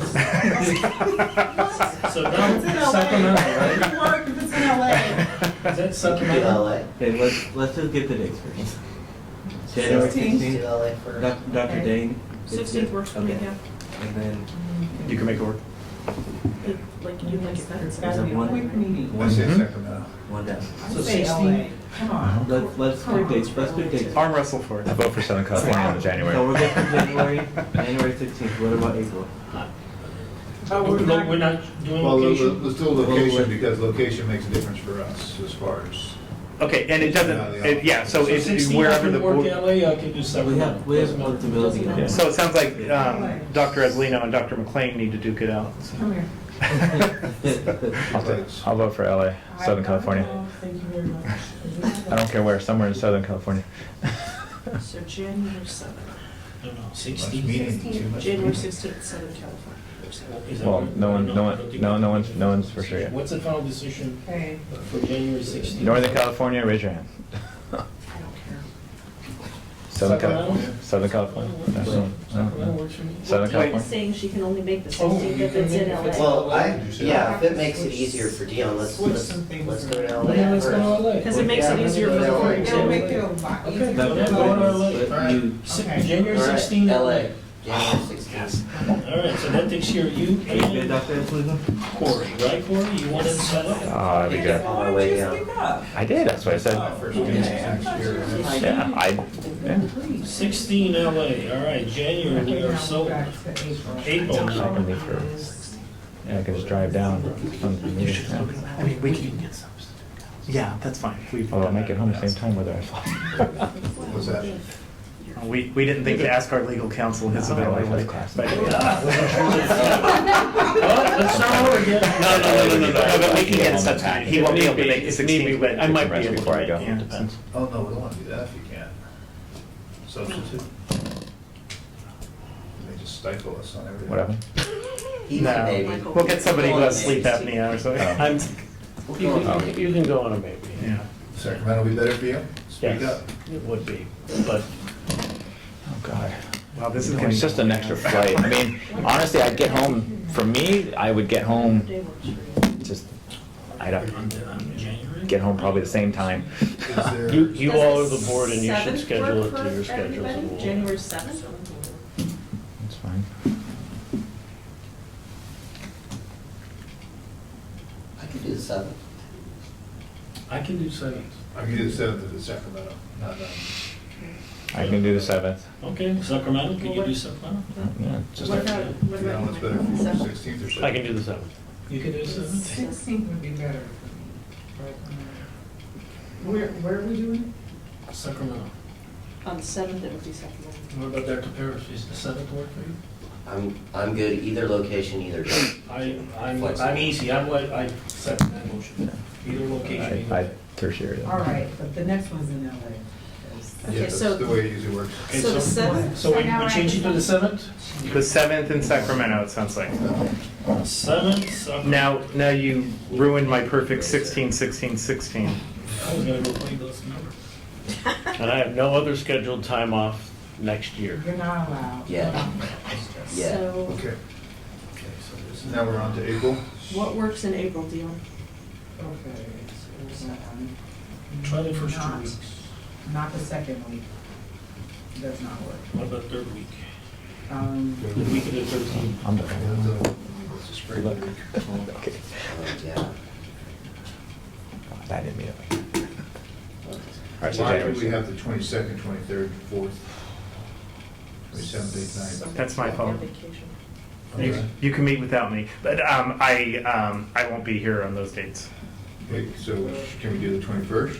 We can find a substitute though. We can do the 21st. The 16th is out?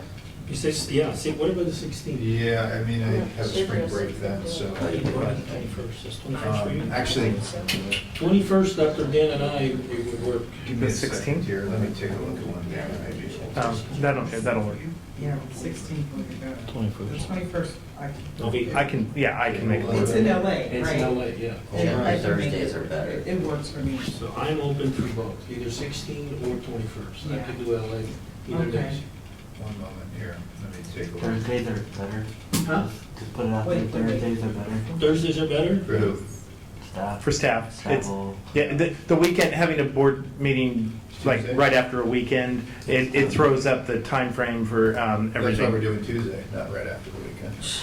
Close enough. It's easier to get the board materials too, when it's on Thursday. I don't know So we're still on, what month are you guys on? Not the same stuff. Wait, what did we say?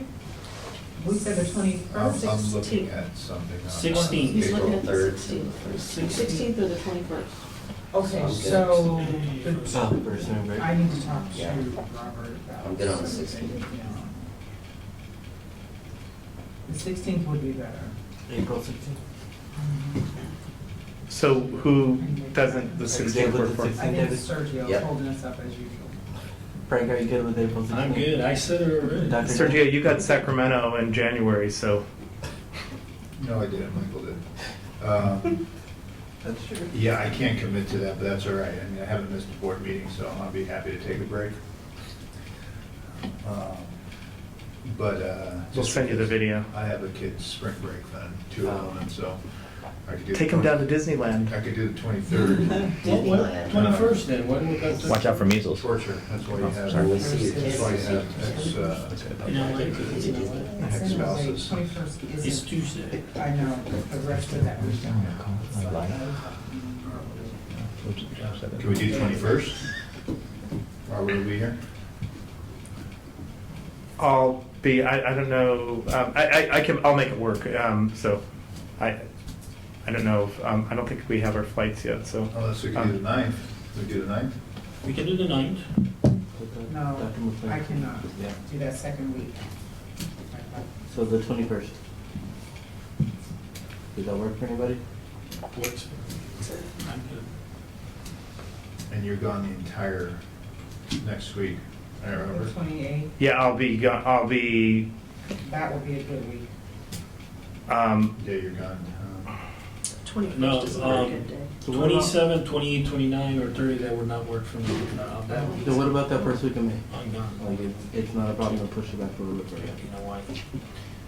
I'll take a look and see if I can do the 16th right now. yeah, you know what, as far as the 21st, that probably won't be a problem, so if that's a viable option for all of you, go ahead and go with it, because I I'll don't make it know work. if this is a consideration, but FCOB. FCOB annual meeting is that week too. 22nd. Oh, okay. April? Yeah. FCOB meeting is the, 22nd through the, yeah, the 23rd through the 26th, I think. That's good, they found it 26th. earlier. So what about the 14th? So it's that week. So April Frank, that 14th. I have this, the entire, yeah. you're on spring break. the whole- Oh, it's the whole week. then. Yeah, but I mean, I don't have anything planned right now, but I just gotta. So what about Sure. that first week of May? What about, yeah, First week in April? first week in May. I think I'm going to be out then too. First week in May, like the 7th or the 5th? The 7th would, it's a Thursday. May 7th would work. May 7th would work for me, actually. Yeah, I gotta, Can I interrupt? So in LA, are we talking school or are we talking hotel? I'd go for the hotel. In LA, you Close guys, to the hotel. you guys have a good attendance, there's a good Close to the attendance airport, at SCC yeah. though. What's that? There's always a good attendance at SCO. Should do somewhere close to Long Beach. No. No, Which is what? Easy to fly to. What about Orange County? Yeah, I mean, anywhere close to any airport is ideal. It simplifies things for everybody. If we have it it usually ends up being a hotel near an airport. So May 7th, does that work for anybody? Yeah, it works for me. I can't confirm on that yet, so if you want to go with the 16th, we just go with it. If I can't make it, I'll let you know, and we'll see if we can reschedule. We don't need to spend too much time on it now. Let's go with So we'll say the 16th. 16th, and the alternative date, if Sergio absolutely can't make it, would be May 7th. Unless you could do the 21st. Who could not do the I 21st? didn't know. Okay. All right. So 16 LA, April 16? Yes? Yep. Yes, With a possible alternate day or no? with the alternate date of May 7th, right? Oh, about May Did you say you 7th. can make that, Yep. Sergio? Okay. No, that's No, that's not probably not either. gonna work, but that's okay. Let's just move forward. Okay. It's gonna be just easy. July 16th? Wrong.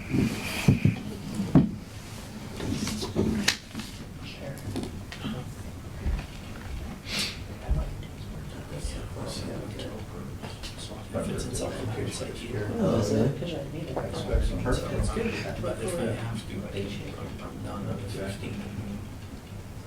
So 16 would work, July 16 works for me. That's up and on.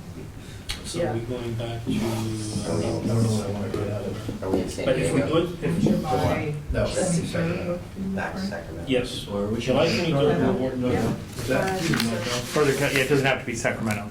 It does, we try, and we're not always able to, but we try to alternate between Northern and Southern California just to, so people who want to participate in meetings, it be in their neck of the woods. Would you open in July? July 23rd. Or Bay Area? 23rd. July 23rd. I cannot make it. I thought you said the I 16th. can't do 22nd, 23rd. I thought you said the What about the 16th. 16th? What about the 16th I could 16th? do. 16, we can do it if it's in San Diego or if it's South 16th of what, where are we? 16 of July. Maybe Bay Area. Yeah, it would work for me too. Yeah, someplace cool, so Bay Area would be good. 16 Bay Area, does that Yeah. work? Is July 16 work? That works for me. Works for me too. Is that for you, Dr. Webb? Yeah. I'll make it. Okay, Deanna's gonna make it work, so then let's stick 16 Northern California, Bay Area, whatever you guys come up with. 16th, all right. Or we could do San Diego in October.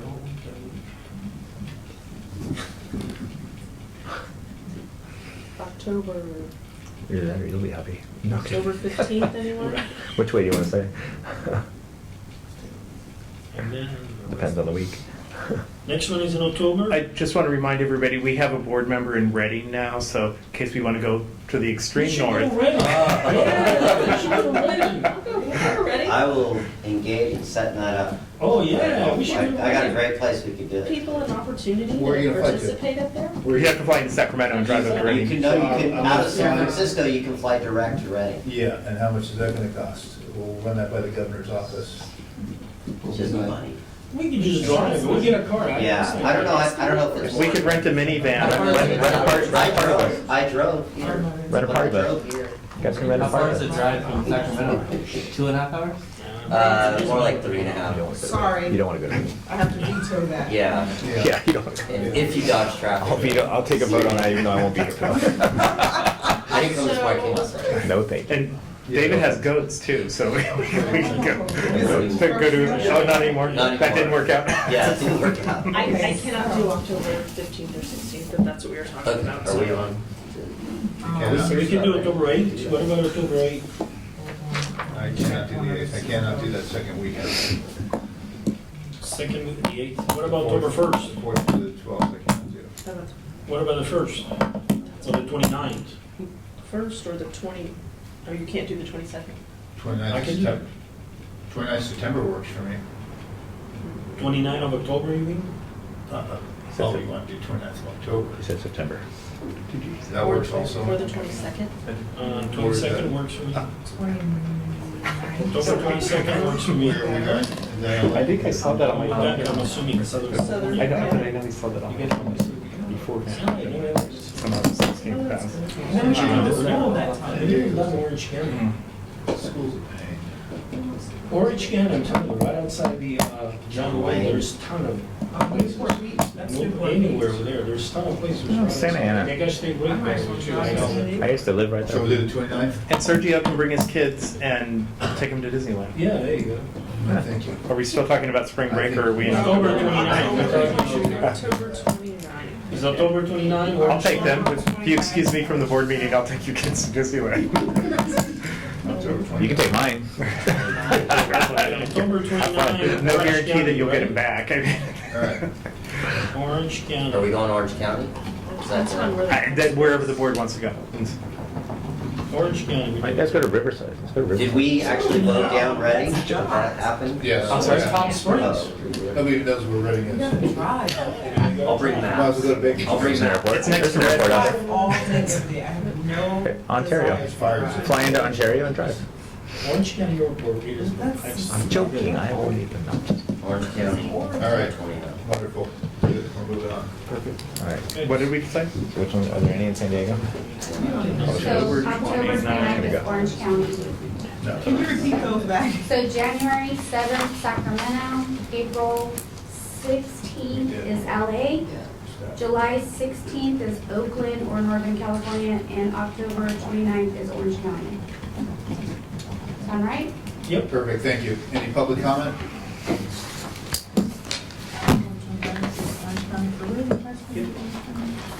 Public comment, going once, twice? Any future agenda items? Yes. Eeo Evaluation. Eeo Evaluation, we put that on the agenda, make sure it's on the agenda for next time. We got it completed for this time. Just want you to know, Robert. Yes, I let them know. Good? I was just gonna ask a general question about scope of practice. Sure, you mind coming forward so we can hear you and just announce? We're going to do a phone call for the EO evaluation. Because it has to be done by the end of the year. My name is Brian Ott. Hi. Hi there. So I just wanted to ask a general question about scope of practice. As a chiropractor, if, Oh, you have a chiropractor? yes, Okay.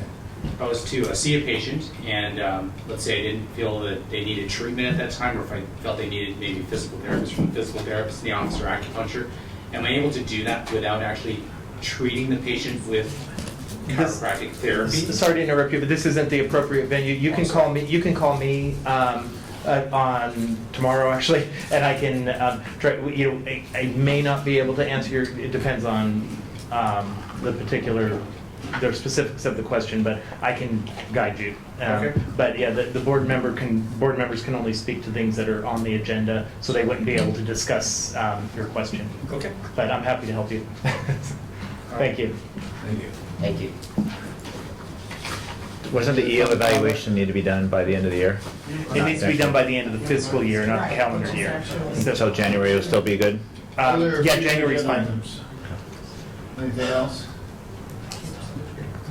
Hmm? For the EO evaluation. Okay. Mr. Rufino, you requested a moment? Yes, I just would like to adjourn the meeting in memory of Franco Galindo, our former chair and our former chair of the board and a former colleague.